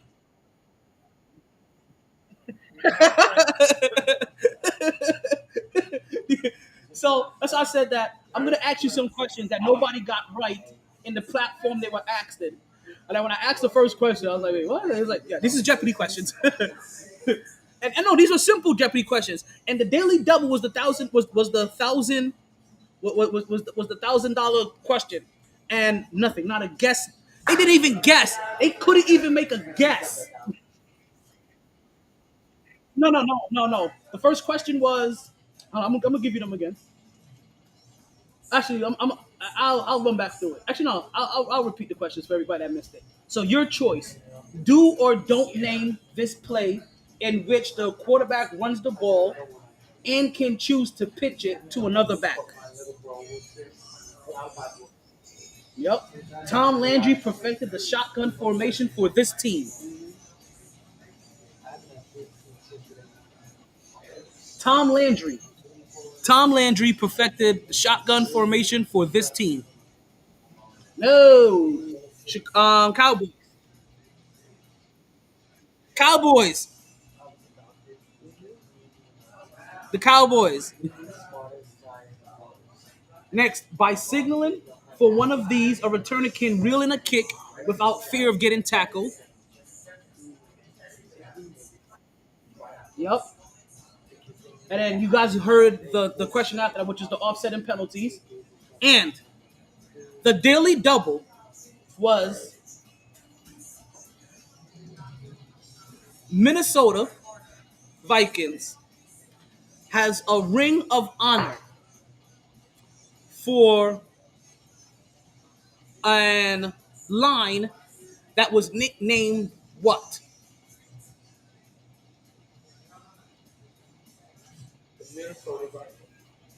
Had a I can't remember if they said O line or D line, but they had their line because and they're all in their ring of honor. Had a defensive line. No, they made a song about it. No, They named the line after a song. they named it, but the Jeopardy question, but the way they were like they have They a named it after the song. yeah I know about yeah so they have a line with a nickname. Who are Purple people eaters? the Purple People Eaters. I looked at this Jeopardy category and I was like, dog, yo, shoot, hey, yo, nobody, yo, Pat Sajak, is it Pat Sajak? Yeah. Pat Sajak, you should have seen him.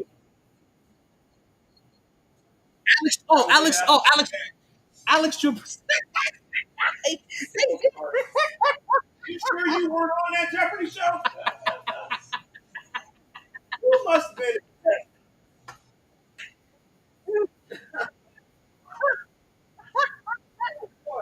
That's what.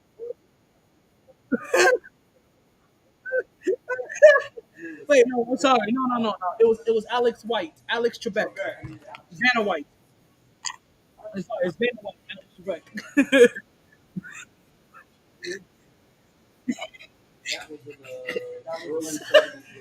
Oh fuck. So Now- Alex. Now, one of the members of the Purple People Eaters has a very infamous nickname and is famous for doing this during a play. Shooting the president? No. Oh. He Oh, getting- recovered a fumble, and he got turned around and ran the wrong way, and he returned it for a safety. Big boy, he was known as Wrong Way Marshall. Ah. His name was Jim Marshall. Returned But- the fumble for a safety because he ran the wrong way. And I mean, he was moving to his teammates tried to catch him.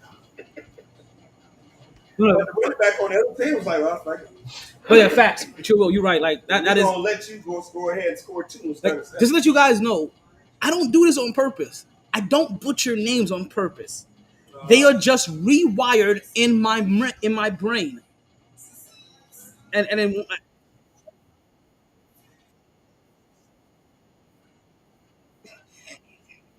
he was first. Well, listen, he was first. What the name did I call him first? Pat Sajak. He was Pat Sajak at first. Pat Sajak is the Wheel of Fortune guy, right? Okay.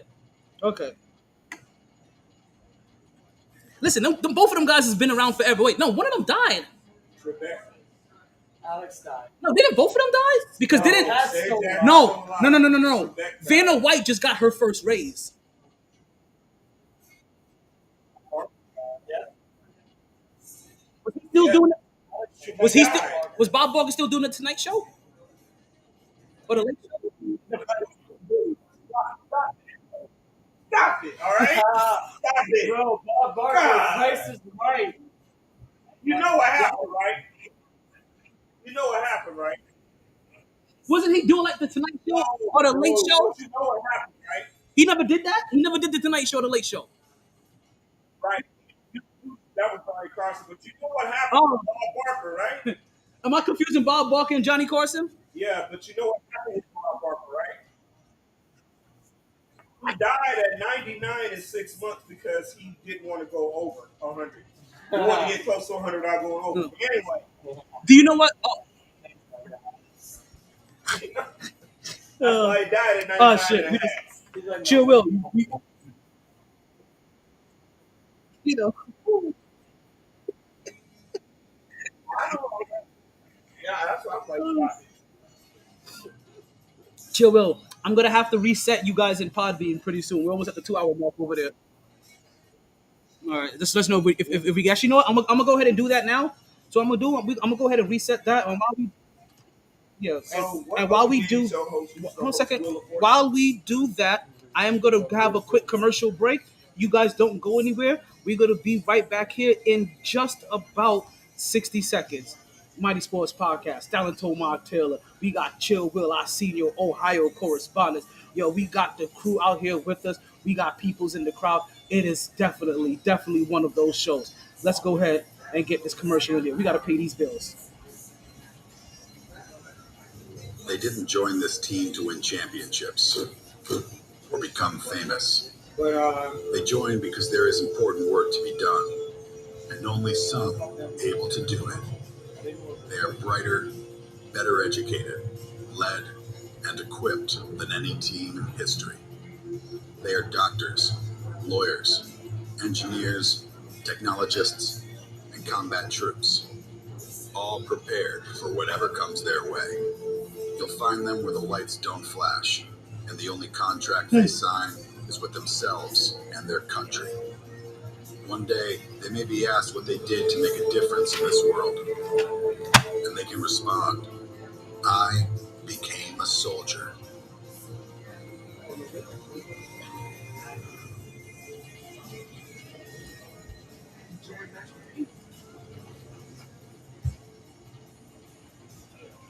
All right, we are back with the Mighty Sports Podcast. I am again your host, Tyler. We are back, and okay. So what we was just talking about before we left, I forgot what we was talking about, but I gotta get back into this. I want to get back into something. Talking about how Bob Barker hosted the Tonight Show.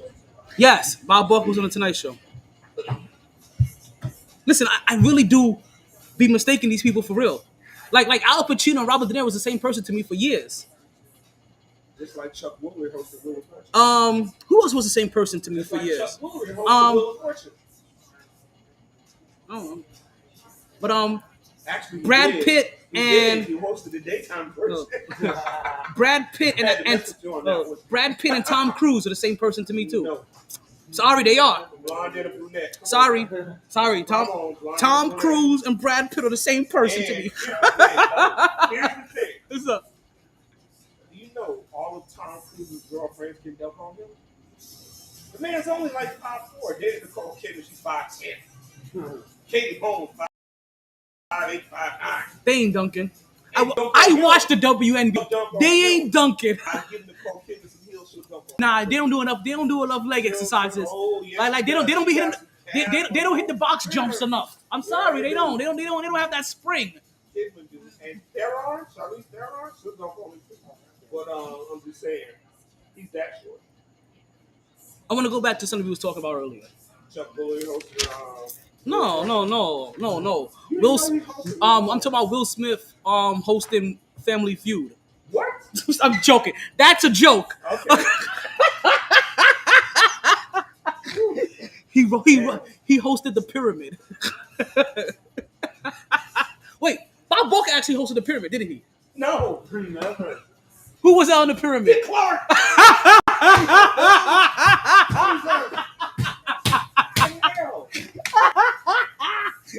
Okay. Dick Clark posted 3 shows in right. The Pyramid, Bandstand, Wheel of Fortune, and New Year's Eve. Oh. The Rock and New Year's Eve. That's it. Oh my god. Okay, I'm getting hot. Yeah. Whew, fuck. I'm sorry. I can't help myself. It's not my fault. It's not my fault. My brain is just wired differently. Now, Alex Trebek hosted another show. He hosted do or deal or No. $1,000 That was pyramid. Howie Mandel. But he hosted. Oh, Howie Mandel is funny as fuck. Oh, Howie Mandel is. Concentration. No. Howie Mandel did something super significant in this world. Don't you know? Bobby's World. Yes, he had. Yes, that's the most significant thing he's ever done in this world. With Minnesota, don't you know? Bobby's World. What else he do? St. Elsewhere. Oh, I don't know what the fuck that is. You don't remember Denzel Washington's breakout role as a doctor on St. Elsewhere? Denzel Washington's breakout role was Guess Who's Coming to Dinner. I'm Jamaican. Stop playing with me. No, he. Sidney Poitier, man, stop playing with me. No. Sir. No. Every behavior in the world wants to fight you right now. All the Nephilim right now.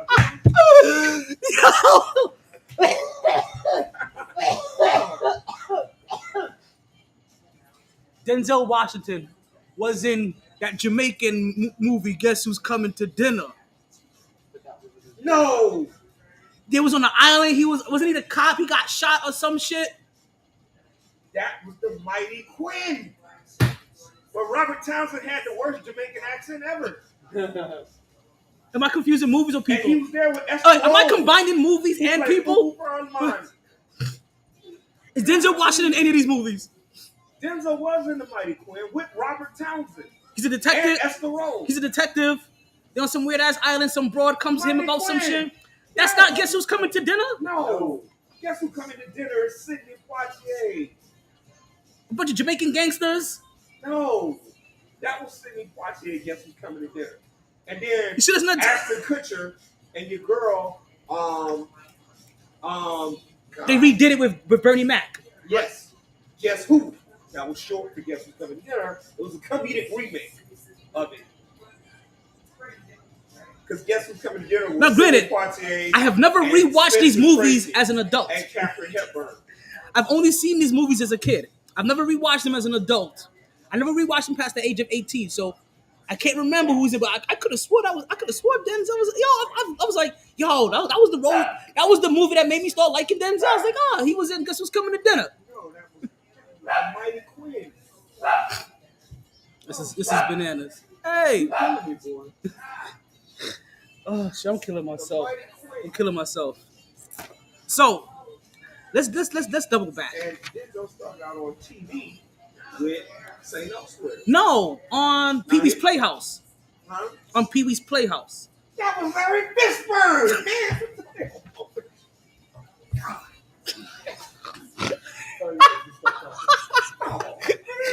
Larry Fishburne. Oh, black folk love you, man. No, That's crazy. everybody on TV looks alike to me. It has nothing to do with race. As you guys can see, Bob Barker, Al Pacino, Tom Cruise, Denzel Washington, Larry Fishburne, they all can get it. I can confuse them all. I was actually joking about. Next thing you gonna tell me, Jerry Seinfeld died in drowning over the weekend, right? Nah, Jerry Seinfeld didn't die over the weekend. Oh, who was it? A bunch of people died over. Lost a friend. Oh, yeah, it was Scott Perry or whatever his name was, Tyler Perry. Matthew Perry. Oh, not Tyler Perry. Sorry. Not Gio, bro. Oh, Lord, now you just really No. killing it. Damn.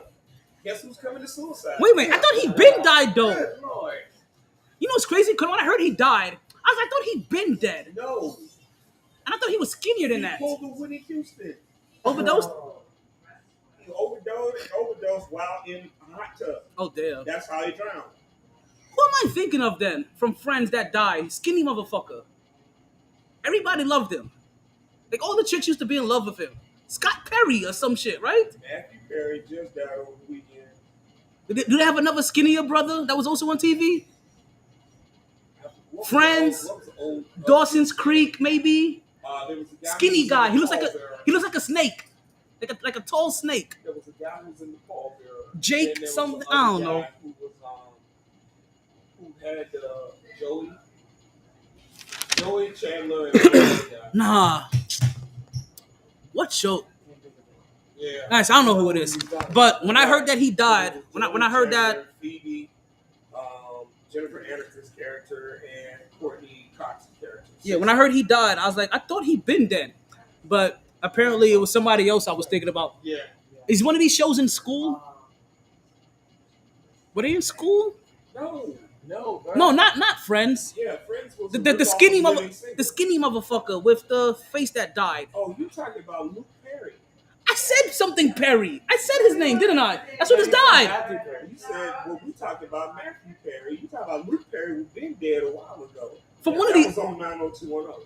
Okay, that's who I thought died. See, I was confused. Luke Perry, not Matthew Perry. Perry. That's all I heard. I thought Perry died already. I thought Perry didn't dead. See, I knew there was something like another Perry out there. He had a younger Perry brother or something. Cousin, something. No, not at all. He's killing us. Woo! Killing me though. Man. You can do a stand-up routine on this. But it's on wax. I'll share this portion of the show. Oh man.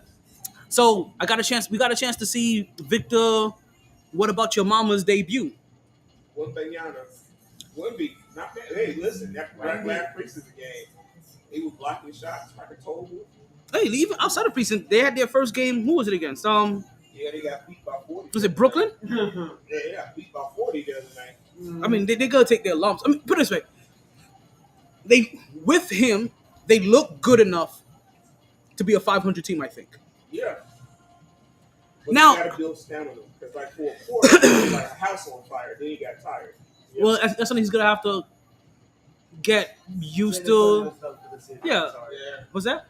San Antonio's done for the season. Yeah, but I'm not worried about. But I'm not here to judge San Antonio. I only here to judge Victor at this point in time and what he's gonna do either for the league or for the team because he is an interesting rookie to watch, and he does make me interested in a couple of key matchups. Like I want to see some of the matchups he's gonna have around the league. Now I'm gonna pause here for a second. They described it as Ralph Sampson on steroids. Well, I mean, it's actually the pause that I have when we was talking about the All Decades team, right? That when the All Decade when I saw that list, and I'm really looking at it, and I'm trying to think, what? Like they don't have a center on that 10s team, right? It's basically LeBron, KD, and Kawhi, right? Yeah, you mentioned LeBron, KD, Kawhi. I'm talking about at the Durant. What did I say a while ago? You said LeBron, KD, and Kawhi. Yeah. And then KD's Durant. And Steph. KD is Durant. Yeah. I'm sorry. And I'm not talking about the guards. I'm talking about and I'm not talking about the guards. No, you said don't worry about. I'm not talking about the guards. You don't have to worry about yourself there.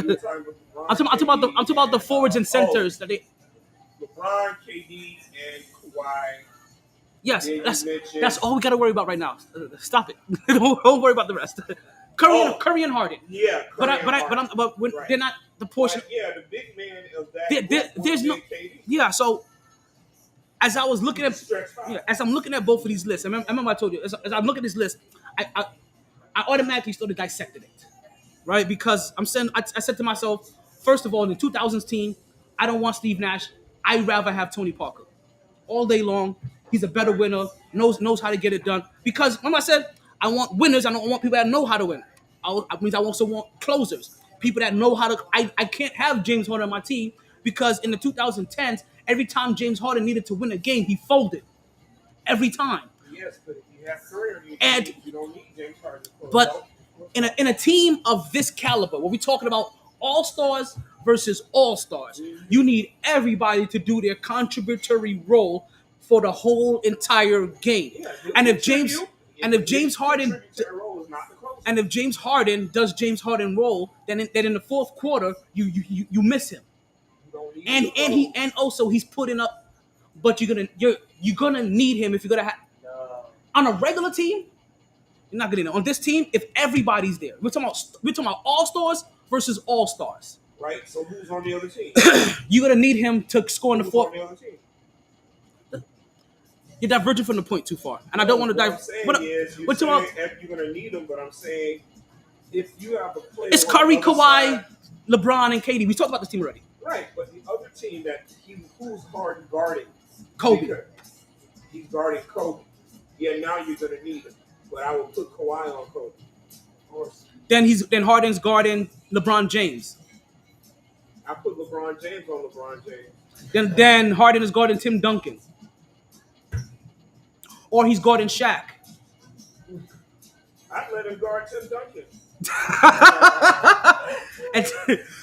At least he won't get out of foul trouble. And Duncan ain't shooting threes. Tim Duncan will shoot threes. But he won't need to. Right. There'll be and one on him all day long. Right. So I put him on Shaq. Go ahead, Shaq. So like I said, I don't want to. I'm not. Shaq ain't shooting threes. So these aren't the guys I'm trying to focus. So as I'm looking at this team, I realize it's Kawhi, LeBron James, and KD. And as I'm thinking about this team, because I said I'm dissecting this immediately. Like I said, in the 2000s team, I wanted Tony Parker over Steve. I wanted Tony Parker over Steve Nash. There's something else I wanted in there too, but I'll get there a little bit later. As I'm dissecting these teams, I already took Harden off this team, and I put Klay Thompson in the spot. I'd rather have Klay Thompson over James Harden in this scenario, right? Because I know he's gonna. You can't have Steph without Klay. One, I know the chemistry's there. Two, I know he's gonna play defense in that era, and I know he's gonna and I know he don't need that ball to put up 42 and a quarter. He don't gotta take 169 dribbles. 469 dribbles to go 4 for 26. So I'm taking out Klay Thompson for James Harden, every day of the week. Yeah. So when I started looking at this, I'm starting to think, damn, where the fuck is my center? Because really, who the fuck is guarding Shaq, right? Or if you use your biggest person to guard Shaq, who the fuck is guarding Timmy? Like, you know what I mean? There's a mismatch for these guys down low for the 2000 team. Yes. While there's a mismatch for the 10th team for their shooting, there's another one down low in the paint on rebounds, like in the trenches. 3 is greater than 2. It is, but they're not going to make it all the time over these guys. Percentages show. So, but okay, I get it. I'm not there yet. This is a derailment. Well, you said winners. I know. 3's better. I know. I didn't want you to go too far there. 3's better than 2. That's all we need. Move on, because I didn't want to go into the quicksand of it. I'm looking at this. I'm trying to think. Where's the center at? Who can I put in and put a center in? And then I started thinking, not 2010. No Yao Ming.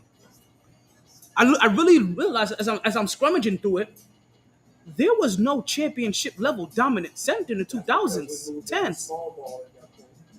Because I thought about putting Jokic in there. I'm like, no, Jokic is 20. Right? Dwight Howard may be the closest thing to put in there, but he wasn't a winner then.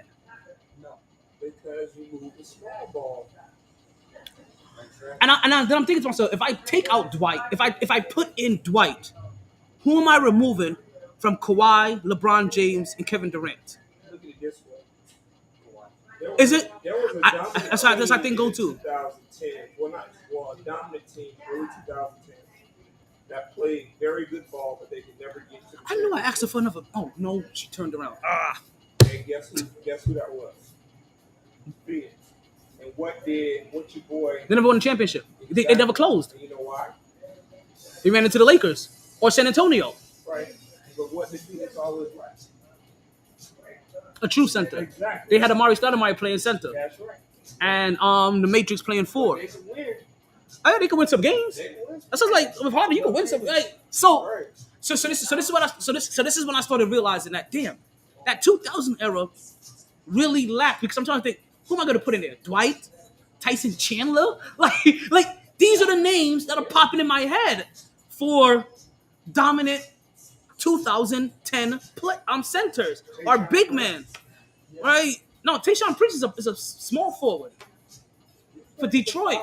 He's 6'8", 200 on small teams where he could switch, but no, he was small forward. You're talking about a guy that was on the court with Ben Wallace that played center. He was the center at 6'9". Tayshaun Prince was a small forward. Like he was versatile enough. He had longer arms. Then you have KD for that. Right, that's what you have to have. You have Kawhi Leonard for that. Right. You want long arms. That's what he had. Yeah, but I'm saying he was never. But also say he was never a center. Right. You pull him up on every depth chart. He is not the center on his team. Forward. Not even power. Small. They're powered. Rashid. That team you're talking about. And Rashid was bigger than Ben. At least taller. He was taller than Ben, but he weighed less. Ben was a full 265 straight muscle.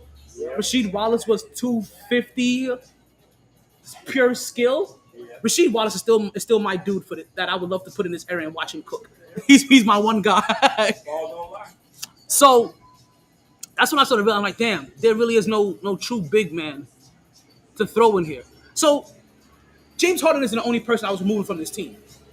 I'm also removing.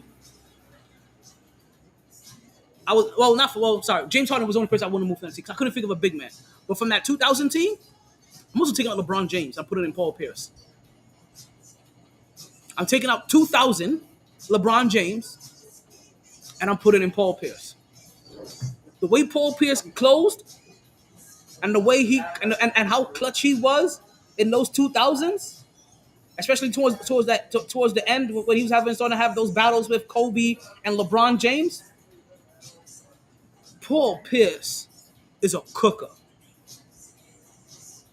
I know that young LeBron James, there's some athleticism there.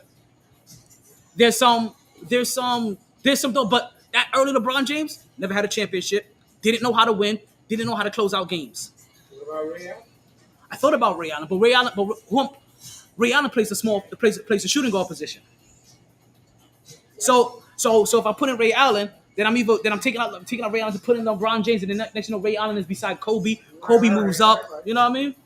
I thought about Ray Allen. Listen, I even thought about Tracy McGrady, but Tracy, as much as I love Tracy, in the 2010s didn't do it. In the 2000s when he actually was his time, wasn't quite getting it done. I love Tracy McGrady more than I love LeBron James. I can't truthfully put. Excuse me, Taylor. Can I get another one, please? Thank you. And a water, please? I can't, and so let people know because normally people think like, oh, I'm taking out LeBron James because I hate LeBron James. I'm taking out LeBron James because he wasn't a closer at that time. Like this is one of those conversations I pulled from social media, because obviously when I started telling everybody who I'm, yeah, when I started telling people who I'm substituting, when I tell them I'm substituting Paul Pierce for LeBron James, you know what they start saying? Who's the all-time leading scorer? Well, he wasn't in the 2000s. He didn't even have a championship. He could. The one time he went to a championship, he got swept by Timmy. Yeah, but that's because he had what's his name? Mo Williams? Yeah. No, Mo Williams wasn't on that. Yes, he was. Not on the team. He went to the championship. Yes. Yes. That was his second. That was his number 2 guy. His co-boy. You sure that wasn't the time that he went with Larry Hughes? Mo Williams was on that team. Was it Mo Williams? But okay, not for nothing. Mo Williams is a dog. Mo Williams came from a team where he was. See, He was a dog. this is no. Do not ever discredit these people's skill set and what they were doing. Because LeBron James has people around him. Mo Williams was putting up 25 points before he came to Cleveland. He was a 20-point per game scorer. There's a reason why LeBron James, why they traded for him. He also won the 3-point shooting contest. He was a hooper. He was basically what they were looking for when they got Kyrie and Dwayne Wade. He just wasn't enough because he was small. Yes. 6'2". Right. And not as skilled as Kyrie. Right. But I don't want to hear that Larry Hughes was a bum. Larry Hughes was a runner-up for Defender of the Year before he went to Cleveland. Yeah. Averaged 18 points a game before he went to Cleveland. But he was in the East, wasn't he? And then he goes to Cleveland. What happens? Defense starts slacking. He starts averaging like 12 points per game. LeBron James, ultimate team guy, ultimate assister. right? But in his early career, when guys came to his team, all of their numbers went down. So they got these guys to average 17, to average 18 points, to average 21 points. You got this guy to be a defender, How come you're not being able to coach it? But so this is the early LeBron James fact. Now it gets better because LeBron James keeps putting himself in the same scenario. But what happened after Miami, he now has enough clout for people to have to listen to him. He's not just now one of the best players in the league or the best player in the league. He's now that with a chip. He's now that with going to the finals 4 straight times. In the 2000s, we're talking about 8 straight times. But in the early 2000s, he was, you understand? He had Ricky Williams, Ricky Davis. Ricky Davis not barely wanted to listen to him as a teammate when he first got there. Carlos Boozer thinking he's overrated. So I understand there's also some team trepidation, but this is the conflicts, or this is the resume of that early LeBron James. Hey, talk about it. Hey, speaking of their children being better now, Julius Randle's daughter may be better than him.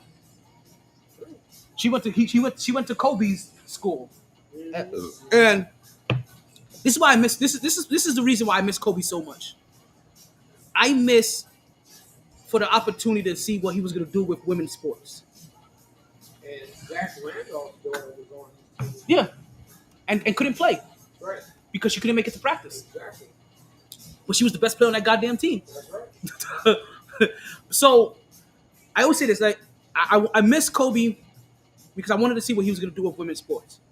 Because I feel that a lot of the macho men that stay in this weird space of always taking shot at women's sports, if Kobe was the spearhead figure of it, all of a sudden they become dick riders instead of click kickers.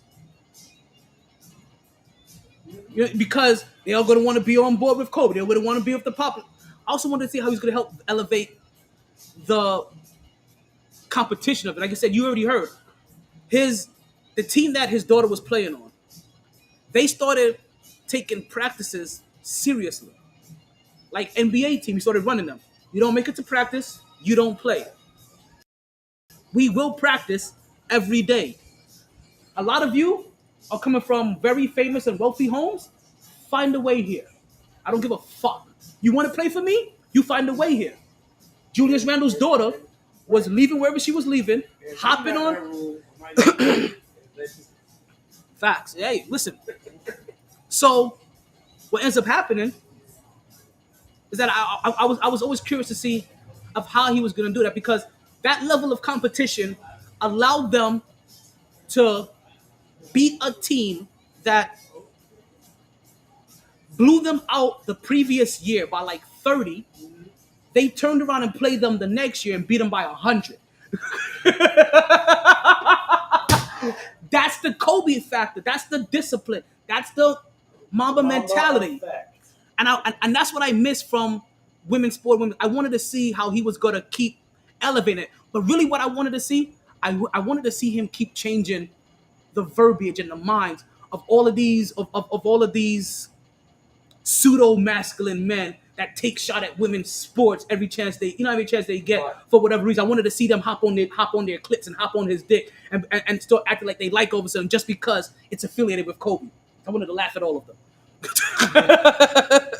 So back to this little list, right? You know what I think they should do? Talk to me. They should bring another NBA, WNBA franchise back to Miami.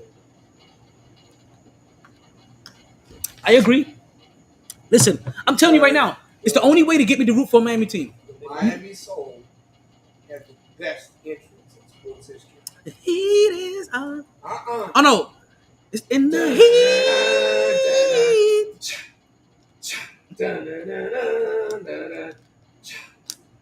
Soul sister, Oh. sister. Gotta have that soul sister. I thought you was about to be like, I'm an ass man. Dun, dun, dun. Soul sister, I'm an soul ass sister. man. Dun, dun, dun, dun. I I thought you were selling some Billy Gunn over there.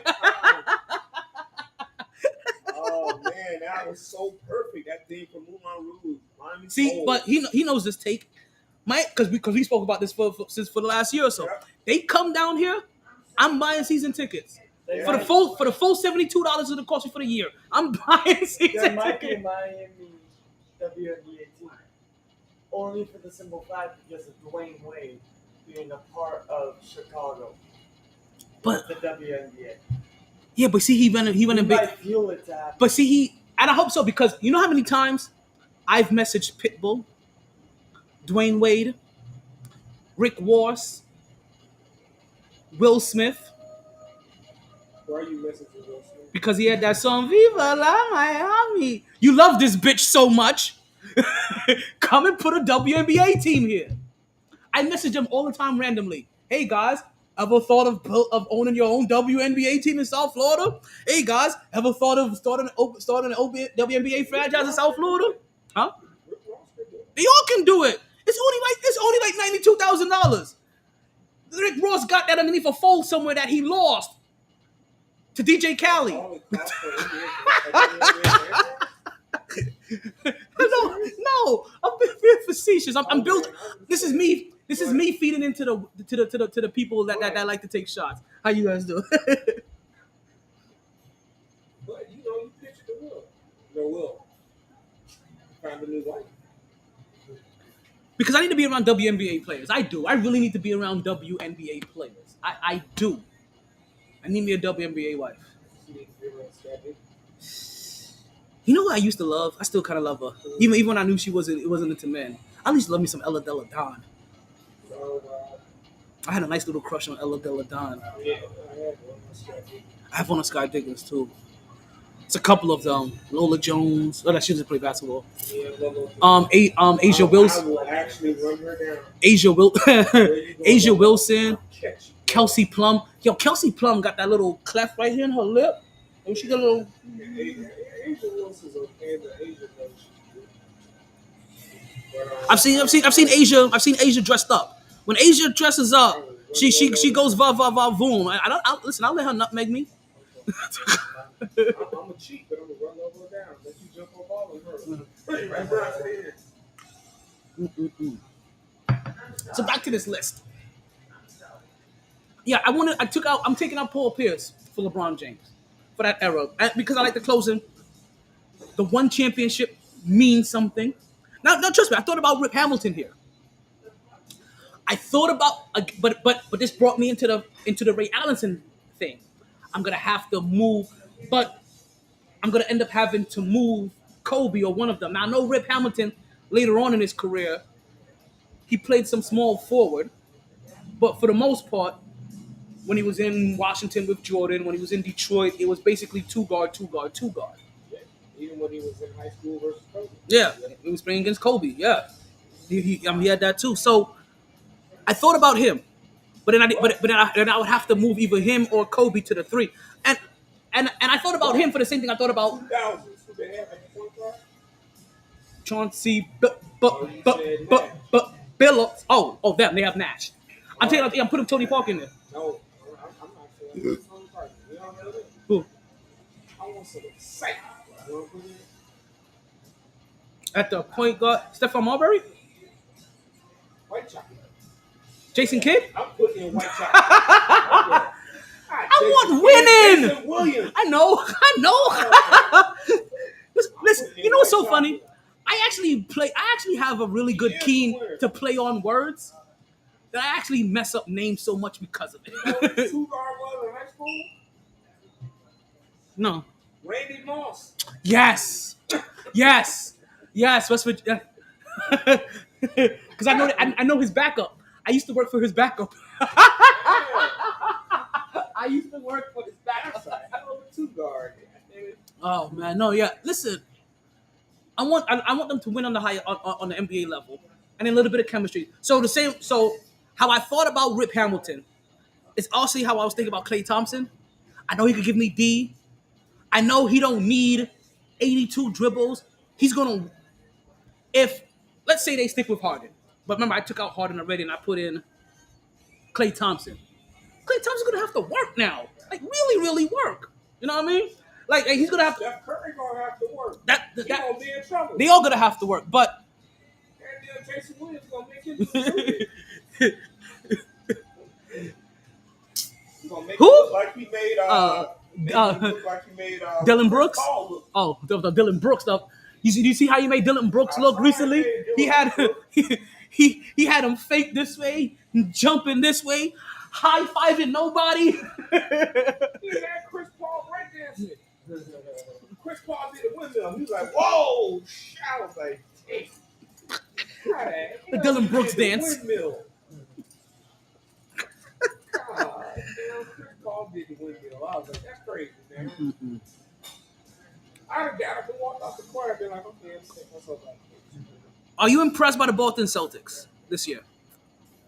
I see what they're trying to do, but when playoff Jimmy hits, I want to see what they got. We're gonna be there. Will Porzingis be there? We gonna be there. He gonna be there. Is Porzingis gonna be there? Because this team looks dominant now. Because they have Porzingis. I mean, no. We're talking about. You know what I'm talking about. And it didn't look last year, but like it's a new team, new energy, and these Boston Celtics fans have gotten a new surge of energy, and a good portion of it is surrounded around Kristaps Porzingis. Right? Shout out to Michael Rappaport. KP. My issue here is that I know Kristaps Porzingis very well, Knicks fan. Yeah. He ain't gonna play more than 56 games for the season. I know. He will not qualify for any season awards. Man still can't bench press 150 pounds. He can't? I don't remember his combine. That dude on the bench, he was like, Most of those guys can't. Like Jordan Poole says, yo, he don't lift weights. Well, you can tell they don't. No. A lot of these guys don't lift weights for shit, which is really crazy because I feel like Stephen Curry lifts weights. He may not be going for personal maxes, but he's the kind of person that you can tell when he works out in anything he does, he goes for muscle fatigue. He goes for reps. Let me see if I can lift this 150 pounds 222 times. However many times. Like I'm gonna lift 15 pounds 918 times because he's trying to go for that muscle fill and that constant repetition and that. I'm gonna do this all day long. In my head, 20 years ago, I could lift 315 pounds. Did I just hear? 4 times.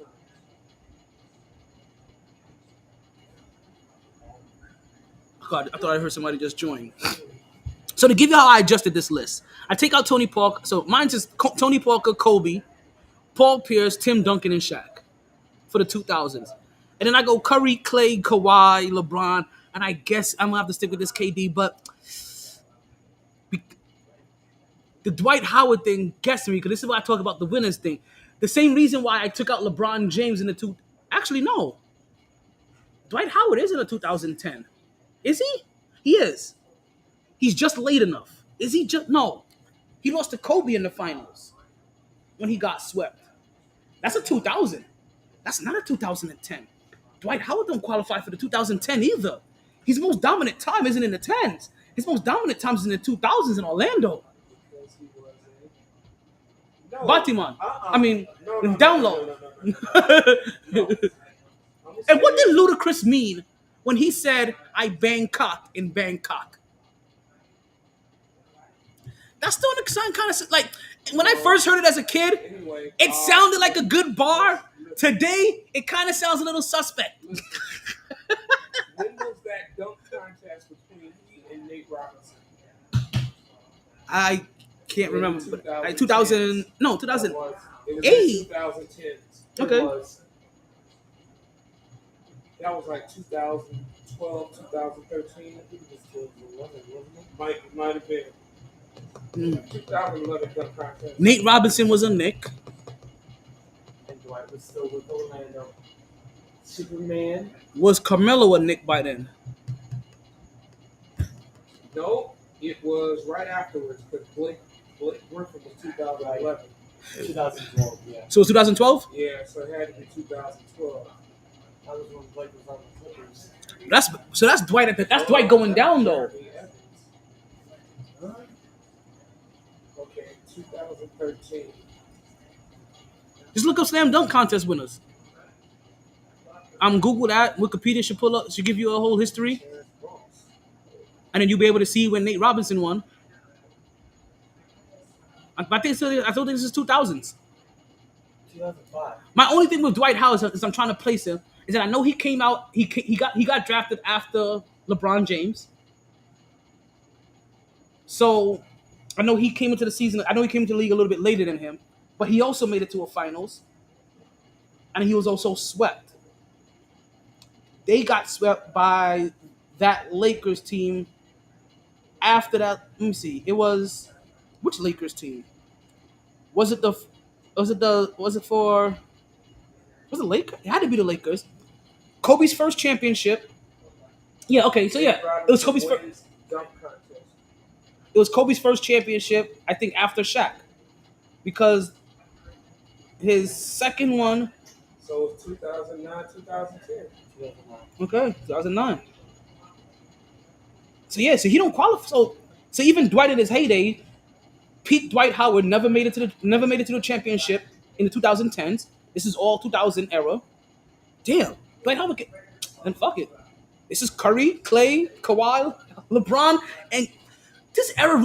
We really had 10 years of no centers. Of no centers winning, and it's so crazy.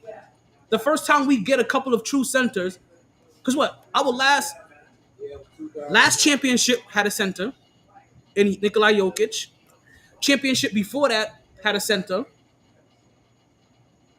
Anthony Davis. Or was that Giannis's? That was Giannis. Giannis and before that was Anthony Davis. So that was Giannis would have been your boy if he's got a twin brother. Blake? No. Lopez. Twin brothers. Brooklyn Logan. I told you got twins. Yeah, okay. And then before that would have been Steph. And then Anthony Davis. Okay. Yep.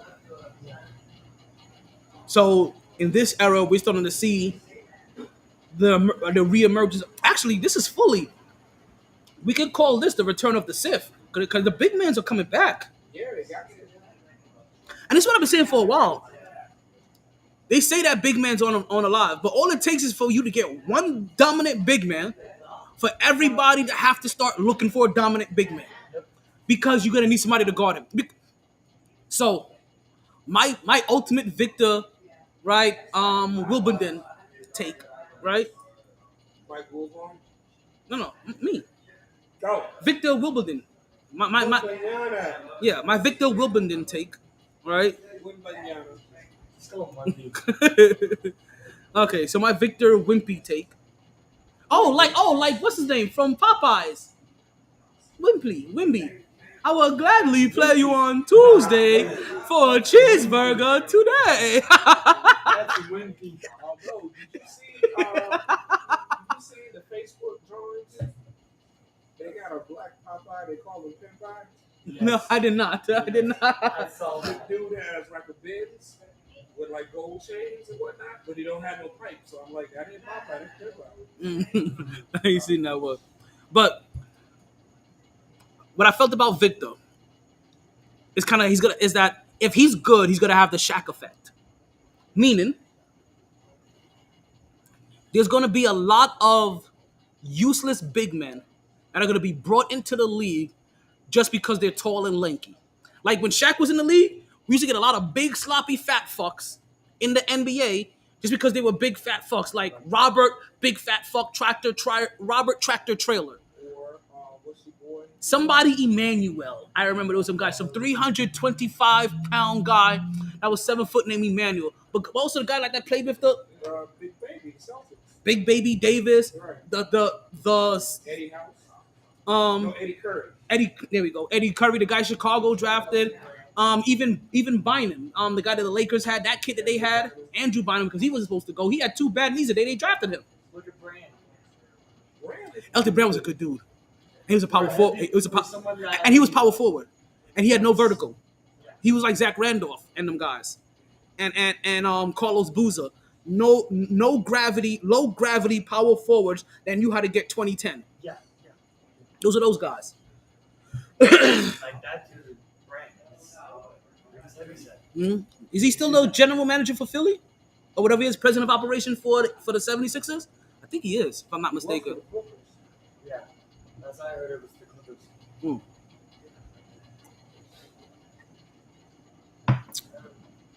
So, what was I just saying?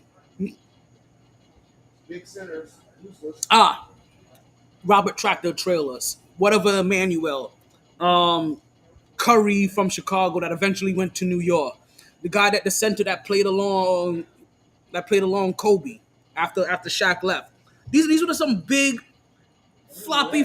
Even what's it? Bynum. You said it. Oh, Bynum, yeah. Vertical leap. Roy Hibbert. Oh, yeah.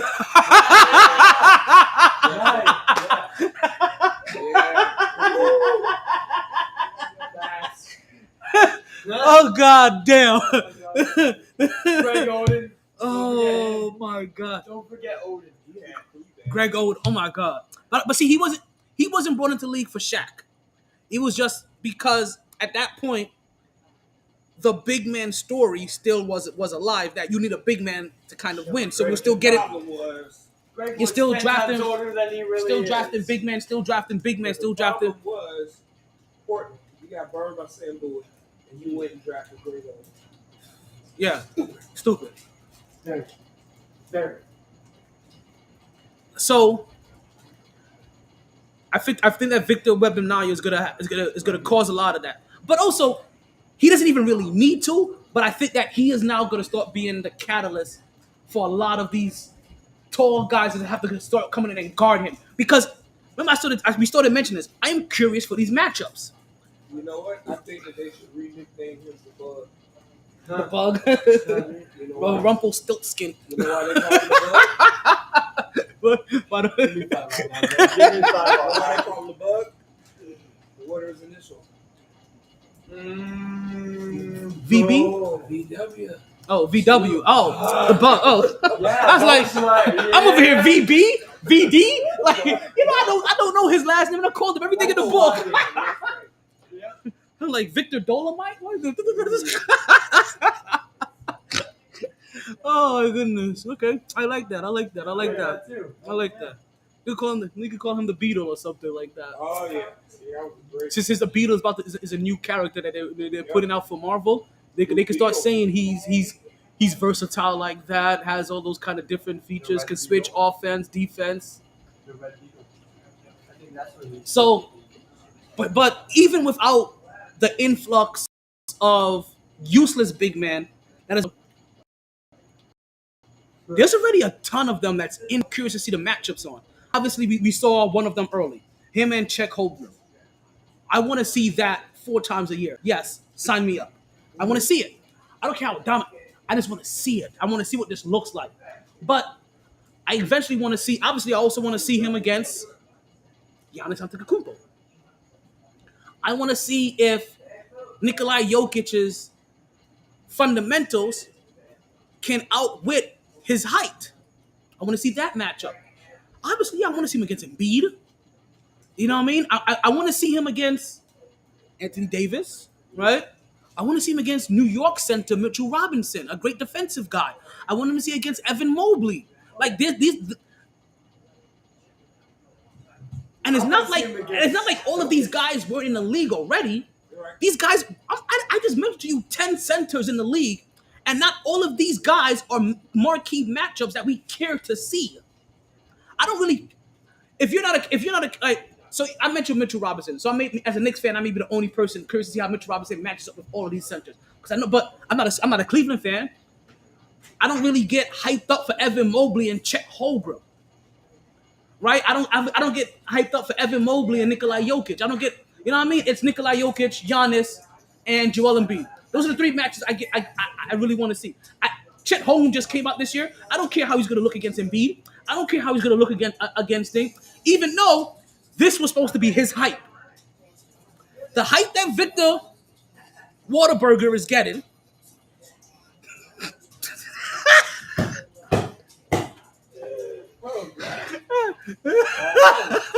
I want to see Wemby go against Nikola Jokic. Yes. I No, want to see that.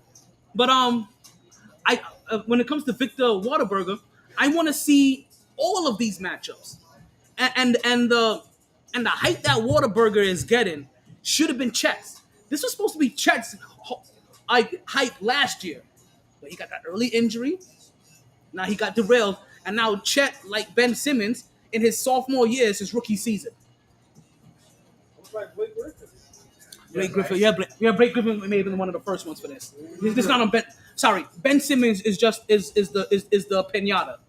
Yeah. Blake Griffin was good, and then Just think about this. Oh, he was dunking on everybody at first. Just think about this. Remember when he came out and dunked over the Hyundai? Yes, I remember that in the slam dunk. This thing that Blake Griffin wasn't good enough to keep his brother employed in the NBA. Yet Giannis has 3 brothers missing layups in games, point blank. Like, yo, you better be lucky your Giannis is. But I don't understand this, and I'm gonna tell you what I don't understand. When Giannis complains, This is not Hardy and Horace Grant. right? Yeah, identical twins. You know how you can tell the difference between them? Glasses. Nah. Dribble. Ooh, it's real quick. Yeah, Giannis got 3 brothers in the league. They don't do nothing. None of combined, they don't even put up 10 points a game. Combined, I don't think they put up 5 points a game. So, the next time I hear Giannis complain about having a team around them, I'm like, there's 3 roster spots that we can fill anytime you want to let your brothers go to the G League. Because that's where they belong. I'm sorry. Like, you know what's even funnier? At least, if you want to, go start up the African League. Like, There is one. No, I'm saying, yeah. Go There is one. I know that. J. Cole played in it. Yeah. J. Cole played in the African League. Yes, there is an He was a bona fide. Yeah. I know. Yeah. comes on the It's- NBA channel. Does it? I haven't caught a game on it yet. Yes, they have. Because they were supposed to announce it during COVID year, and it got derailed. Hold on. How many teams are in African basketball? Are we almost at 3 hours yet? 'Cause I feel like we're getting real close to time to shut this podcast down. Okay, we're coming out to like last 17 minutes of the show. BFL? Yeah, the BAL. BAL. Basketball Africa. Yeah. Okay. Yeah. That's what I've been seeing. All right, so you got You don't gotta name the teams. Zamalek. It's okay. It's okay. That's It's okay. We City don't Oilers. gotta go through all those 20 teams. But Petro Luanda. it's okay. What about Zumanda? Ooh, the ABC. Okay, there's only 2 places. There's only 2 places I care about: Abidjan. Zumanda and Wukanda. Like, Wild Falcons. there's only 2 teams I care about. I want to know what kind of team the Zumanda team is. Spirit. Like, what team is the Black Panther in, and what team is Eddie Murphy on? Warriors. And where's my dude at? Bassett. Bassett. Well, they only had 10 teams. What team is he on? I want to know what team he played for. That's my team. That's the Enforcers right there. In the regular, they got 12 teams. 1, 2, 3. But yeah, like Giannis, anytime he thinks that Milwaukee needs a roster spot, send your brothers to the G League. Put your brothers on a 2-way contract. Send them up and down. Have your brothers be the face of the African team. Hey, look who we have coming to the African team. It's Antetokounmpo. Not the Giannis, Thanos. Like, dun dun dun dun dun dun dun dun dun do do do.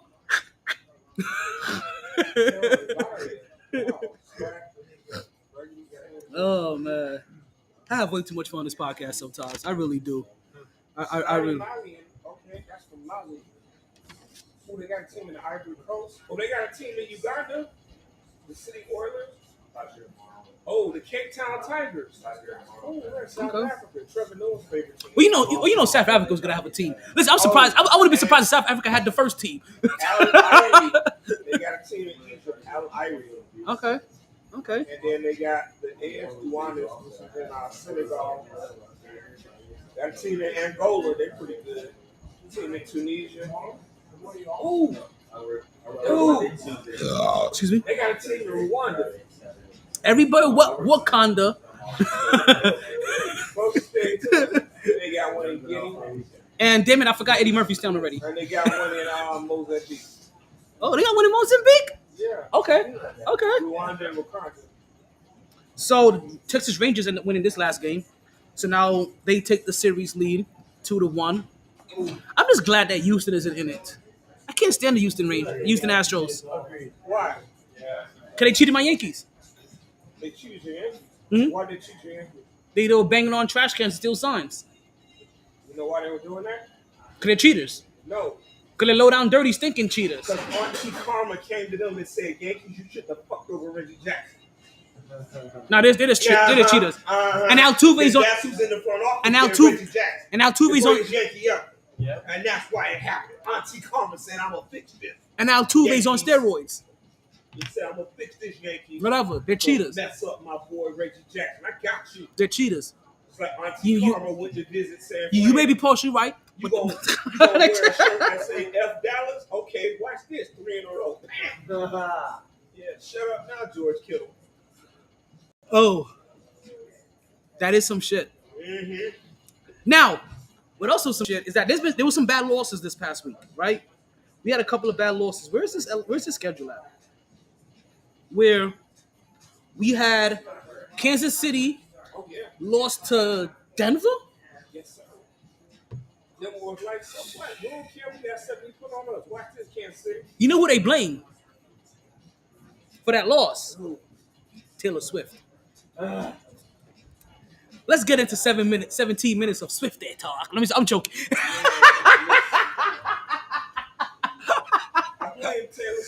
No. I'm gonna tell you why, and you can't deny this. He plays better when his girl is in the crowd. Yeah, but this girl fucked up Earth, Wind, and Fire. How you fuck up Earth, Wind, and Fire? Not to him. To him, he remade that into a masterpiece. She remade it into a masterpiece. How the hell you put a banjo to Earth, Wind, and Fire? What the hell is wrong with you? So Earth, Wind, and Fire to a banjo? I even dance rumba to Earth, Wind, and Fire, and it sounds good. But damn, a banjo? Damn. What do we got going on here? Oh, the Heat lost to themselves. I mean, the Bucks. Okay. Oh, with them out in the fourth quarter, but they couldn't come off. Excuse me. Oh shit, it's gonna be rough. Was that a chase down block by Scola? Is that Nikolai Scola? Nah, Hawaii. Oh, That's the other dude. he got a Nikolai Scola hairstyle. Did Scola play for the Heat too? Nah. Okay. I thought he played for the. I was say, wait a minute. I don't remember him playing for the Heat, but he has that hairstyle. Yeah. So yeah, there were a couple bad losses. Denver beat the Broncos. Denver beat the Chiefs to 24-9. How y'all didn't score double digits? That's the bad part about it, because even though I told you that the Jets and the Giants had the ugliest game of the week and probably the season, even they managed to score more points than the Kansas City Chiefs. The Kansas City Chiefs, I'm going to tell you something that you probably haven't heard in years. Were the lowest scoring team of the week. Yeah,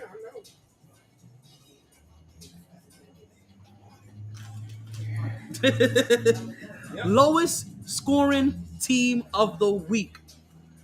So let's give you guys the rundown. Bills, they took care of business. They beat Tampa Bay. That one ended up being a little too close. This team actually. Johnny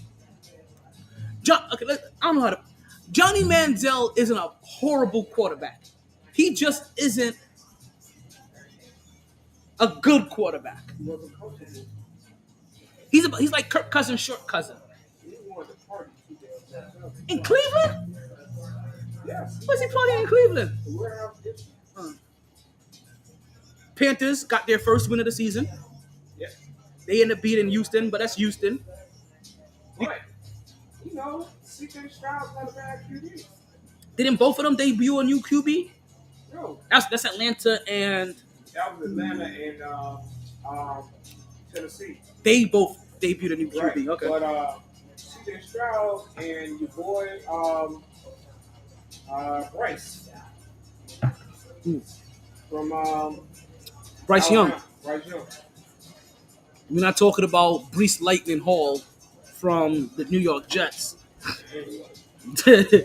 Carolina, I'm sorry about that. I was already mentioned. Dallas beat the brakes off of the LA Rams 43-20.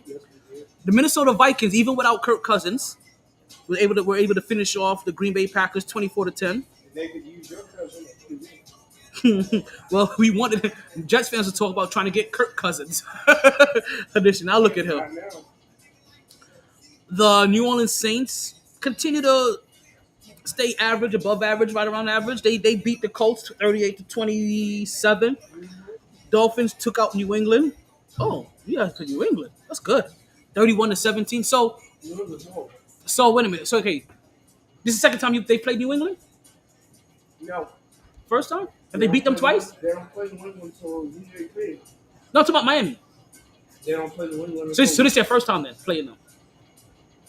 Oh no, they did play New England twice already. They played Buffalo again. So did they lose to New England the first time? Okay. So I'm trying to keep track of my. So Buffalo has beaten Miami, yes, but lost to New England. They lost to New England. Right, they lost to New England. Okay. And they lost to the Jets. So they beat Miami, lost to New England, lost to the Jets.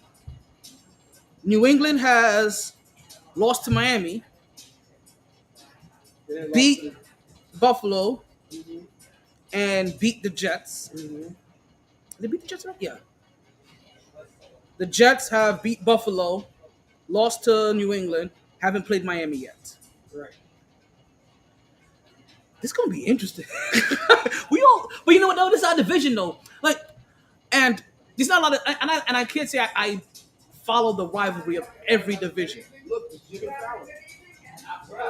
Hi, Bob Walker. I'm joking. I'm joking. Wait a minute. Wait. That is Jimmy Fallon. That's Jimmy Kimmel. Damn. No. Jimmy Fallon has a skinnier face. He's skinnier and goofier, more animated, right? Isn't he more animated and goofier, skinny? Oh, man. Skinnier face? Like Nicole Kidman wanted to bang him, and he didn't know it. And he came and he didn't have his partner clean. She was like, "You know, I like you." Like, damn. What? He dropped that bag and then she fucked around and married Tom Brady. Yeah. Tom Cruise. Damn, really? No, Tom Brady. Tom Cruise. Supermodel. Wife. Tom Brady. Cruise. Michelle Kidman. Michelle Munchin. Giselle Munchin. Now, he didn't sound horrible. Everybody's trying to say that Flavor Flav was horrible. I'm sorry. He sounded better than Fergie and better than Roseanne Barr. Oh, he was singing the national anthem? Yes. In my opinion, Darius Rucker had a horrible performance. Not for nothing. And he was better than Darius Rucker. If you hire Flavor Flav to sing the national anthem, are you not 47% of you not expecting some weird shit show version or some weird creative version? That's because 53% of you doesn't know that he's a trained piano player and actually can keep a tune, which he did. Okay. I'm just saying, though.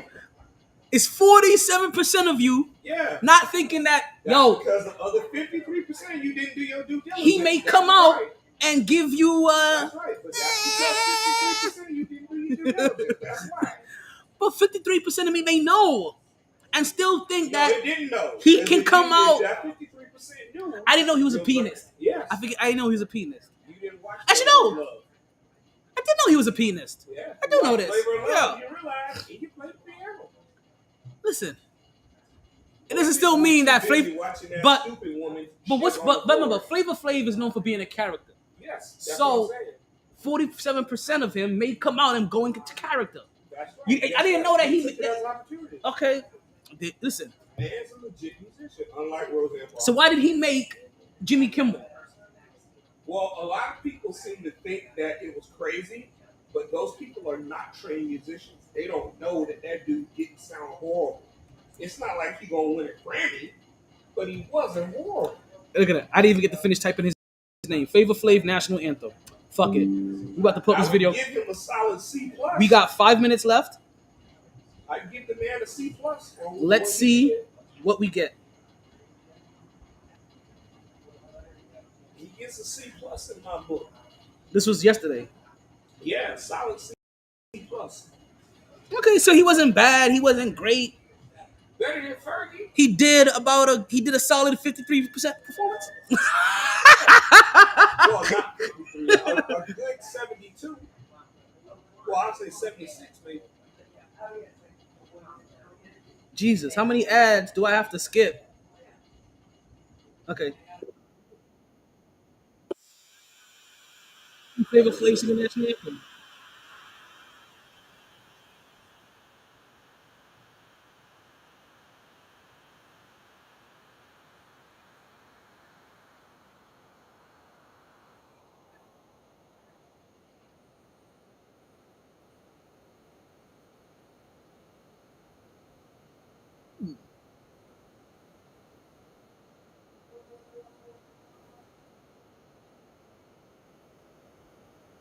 Maybe they didn't like his rhythm.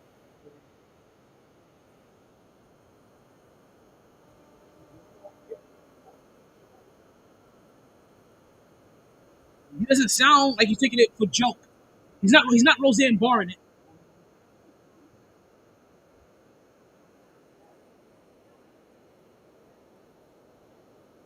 That snap is off beat though. That's him. You can see him. You can see him.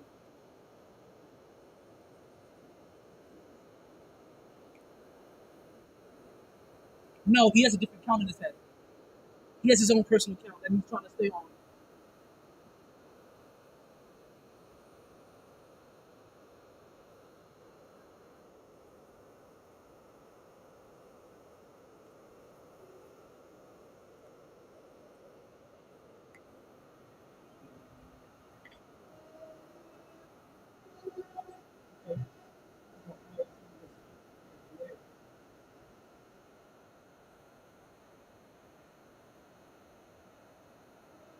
What's the complaint?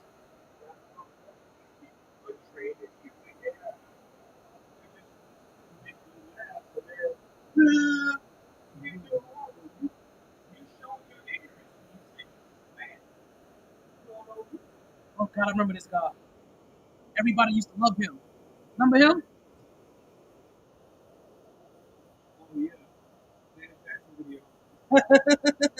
I forget his name. He was in soap. He was in soap operas back then too, wasn't he?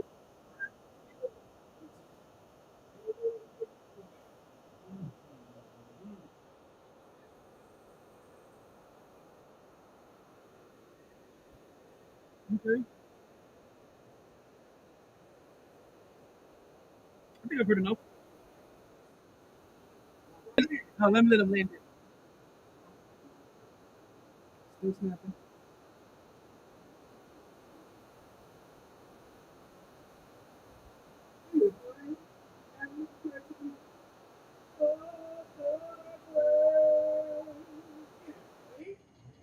Okay, okay. All right. That's a solid C plus. You're right. It's because you don't know him for being a vocalist, right? You don't know him for blowing the roof off of anything like that.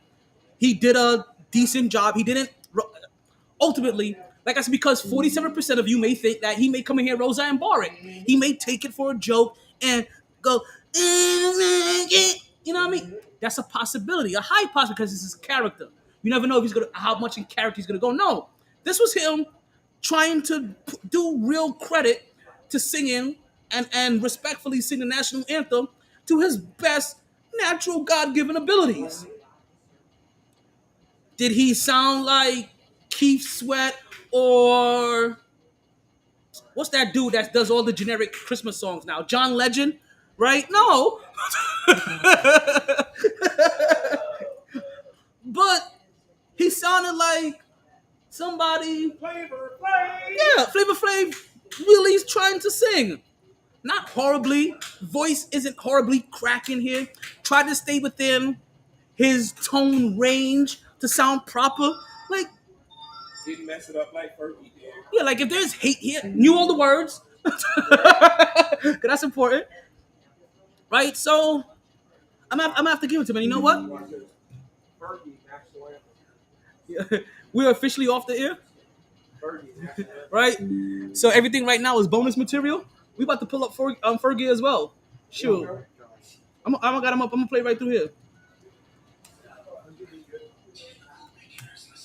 And I like her as a vocalist. It's so funny though. When you pull up Fergie's national anthem, the very first video right after hers is Flavor Flav. And then Roseanne is after that. Mute yourself. I don't need sound. Oh, that's me again.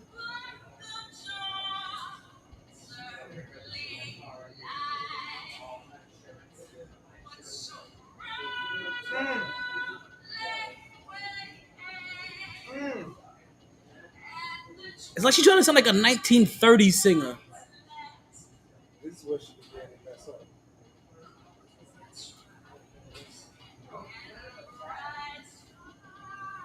She had to be like the singer of the record.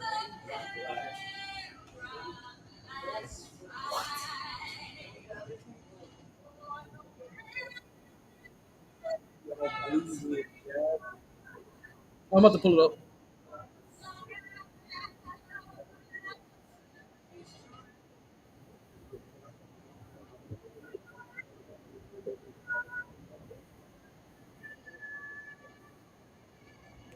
There is a band playing in the back.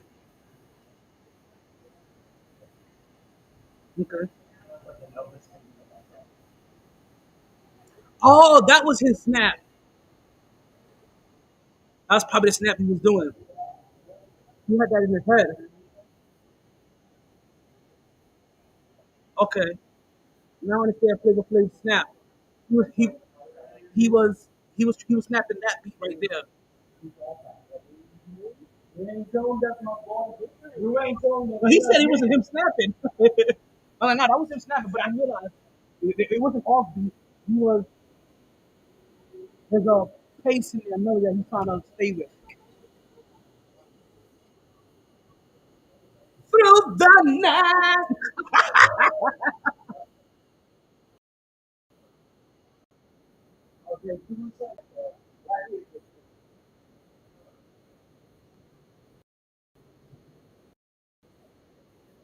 It's the All Star game.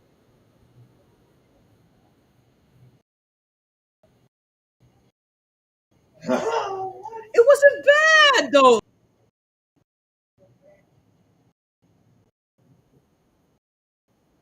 Even though Draymond Green was laughing at it.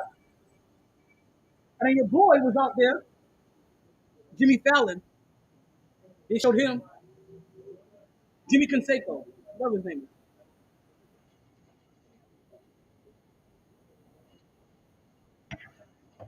The late night show.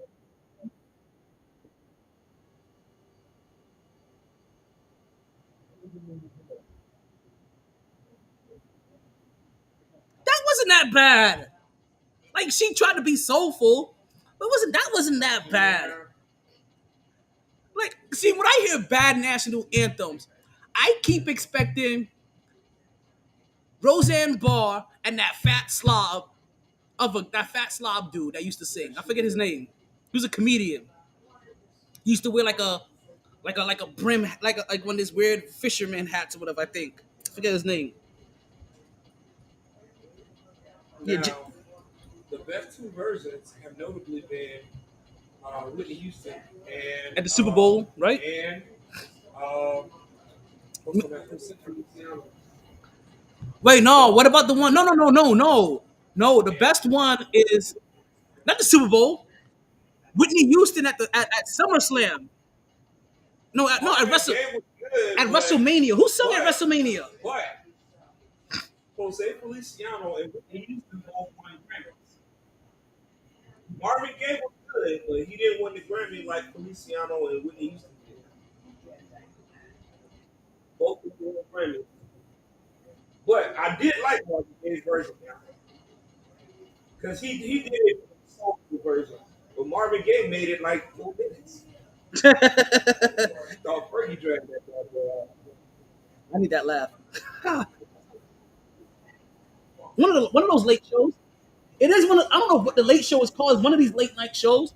Late night show, the late show. The Tonight Show. Yeah, it's one of these one of the night. Oh, You know who he took over for? all of those late night shows are the Hey, watch same. this. You know who he took over for? Pat Sajak. Bob Barker and Johnny Carson. Oh.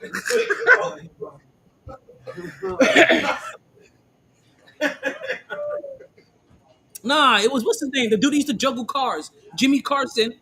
What? Jimmy Carson. Jay Leno. No, Jimmy Carson though. Johnny Carson. Same shit. Right. I know, and Jay Leno, he had a Yes, counterpart. Jay The Leno. guy with the gap teeth. Oh, you talking about your boy who was the jazz musician? Jay Leno. Branford Marsalis. No. Jay Leno had a rival. Who's Jay Leno's rival with the gap teeth?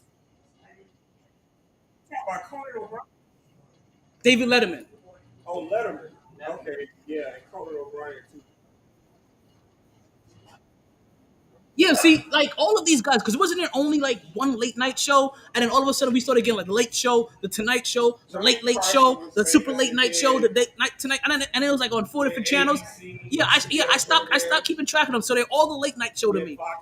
Because these are all shows that you can that Arsenio Hall yeah. for like 3 years. Arsenio Hall had his own. So these are all Arsenio Hall had his own show though. All these other guys had late night, had the Late Show or Tonight Show, because it was a thing. Yeah, it's the thing. Like it was a late show for them. 11 o'clock. Yeah, and all these shows you catch after 10 o'clock or whatever. Was it on HBO? 11:30. No, it was on Fox. Oh, Arsenio was because you said a lot. You got an ashtray? You said a lot of hip hop acts on there. Yeah. That's what I'm saying.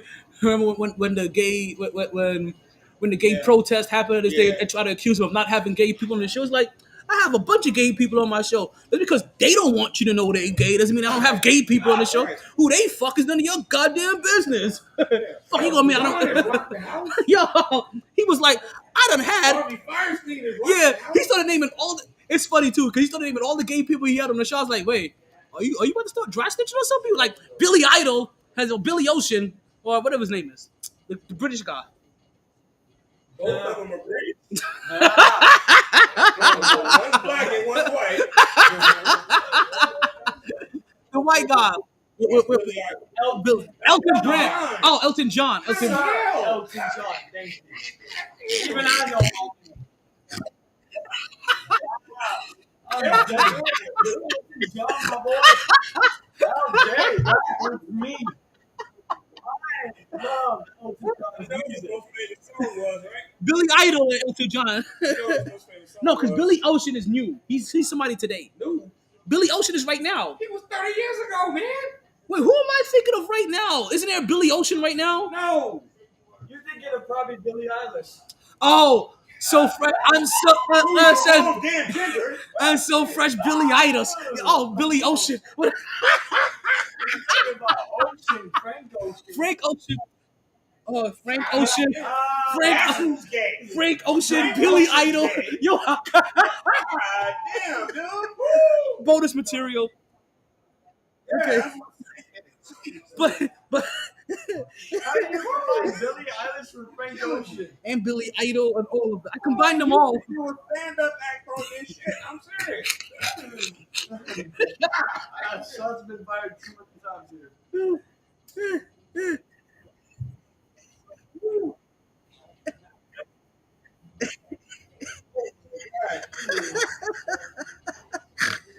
He's something he ain't like this when he's not smoking. Billy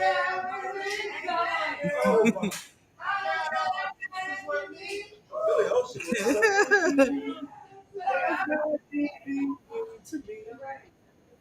and Caribbean. No, Billy Idol, right? Oh, no, but I'm not even talking about Billy Idol. We're talking about.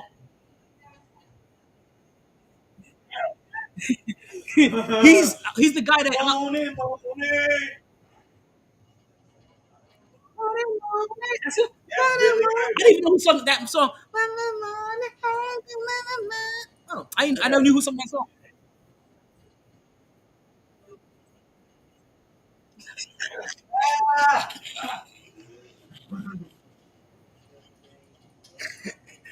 You better not be like this if you're sober, bro. I'm like this whole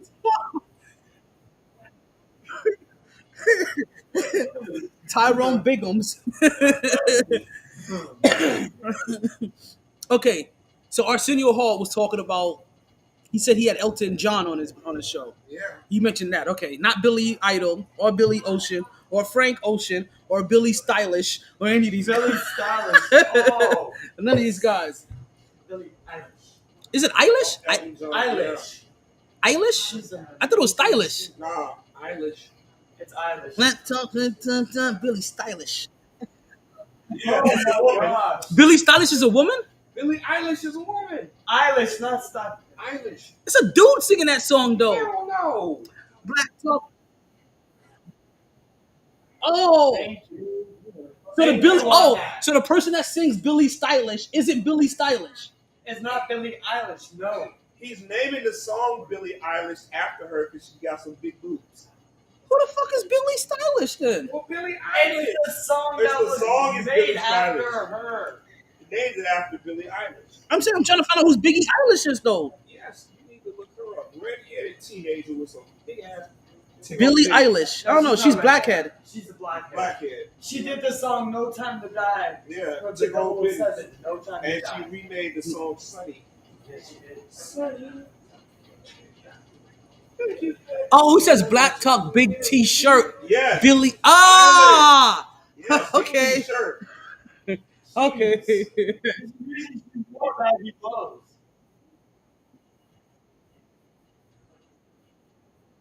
Yeah. Yeah. But that's not where she started. Bad Guy song. Yeah. What Bad Guy song? Bad guy. Duh. Duh. Wait, you mean that Kanye song? That ain't Kanye. Oh my god, bro. Let me I'm find the it. bad No, bro. I can't handle my liquor, No. and my niggas can't handle me. No. What? You know she didn't even start there, right?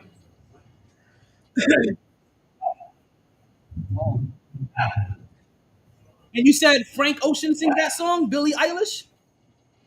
No. No, you said Armani. Armani. Armani's white. Armani. Look. Listen, I listen to like Roddy Ricch and Fabio Ford, okay? On TV. She was on TV. Jimmy Kimmel didn't kill Tupac. Nigga, no puppy. Yo, Gee, you don't know puppy when you see him? What's that? that's Bad Guy. She also did it with Justin Bieber. This is the Thread song where all the chicks they start off clothes and then they switch over to bikinis. I'm a bad guy. That's called Bad Guy. You don't know that Justin Bieber did it. I'm upset you didn't know that was Tupac's killer.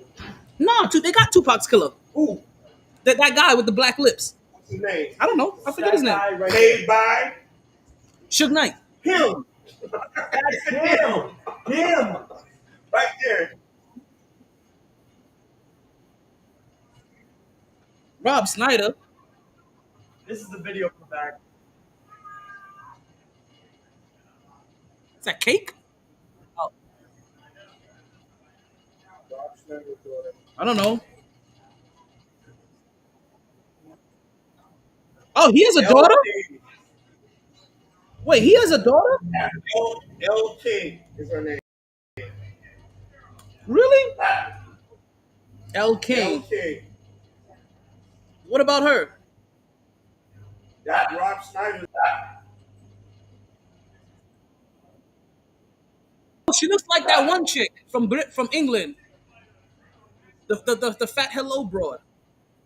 Yeah. Yeah. Yeah, Adele ain't fat no more. She lost weight. Yeah, she did. Yeah, she's fucking LeBron James' son or some shit like that. Oh, I thought she was fucking Bronny Jr. or whatever. No! I thought she was. Oh, I thought she was fucking Bronny James. Bronny James is a few years younger than me, and I'm 24. Okay. I mean, it sounds like he's an adult. Yeah. Okay. Zach Wilson was fucking somebody's mom. Whose mom did he smash? Yeah, Jets quarterback was smashing one of his teammates' moms in college. Delonte West.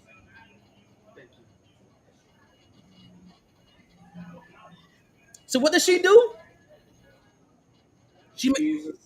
L. King's a singer. does she make music that I know?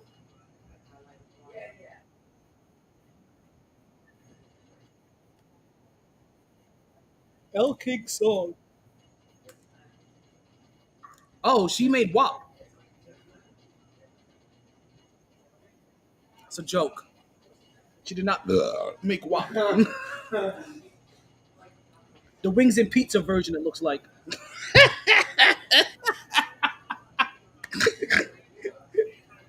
uh, Oh, she don't look so big right there. O's. X's and O's, they find me like someone. That's L. King. Never heard of it. You never heard that song? No. Never heard X's and O's? No. I know all my exes live in Texas, and I know. Oh my God.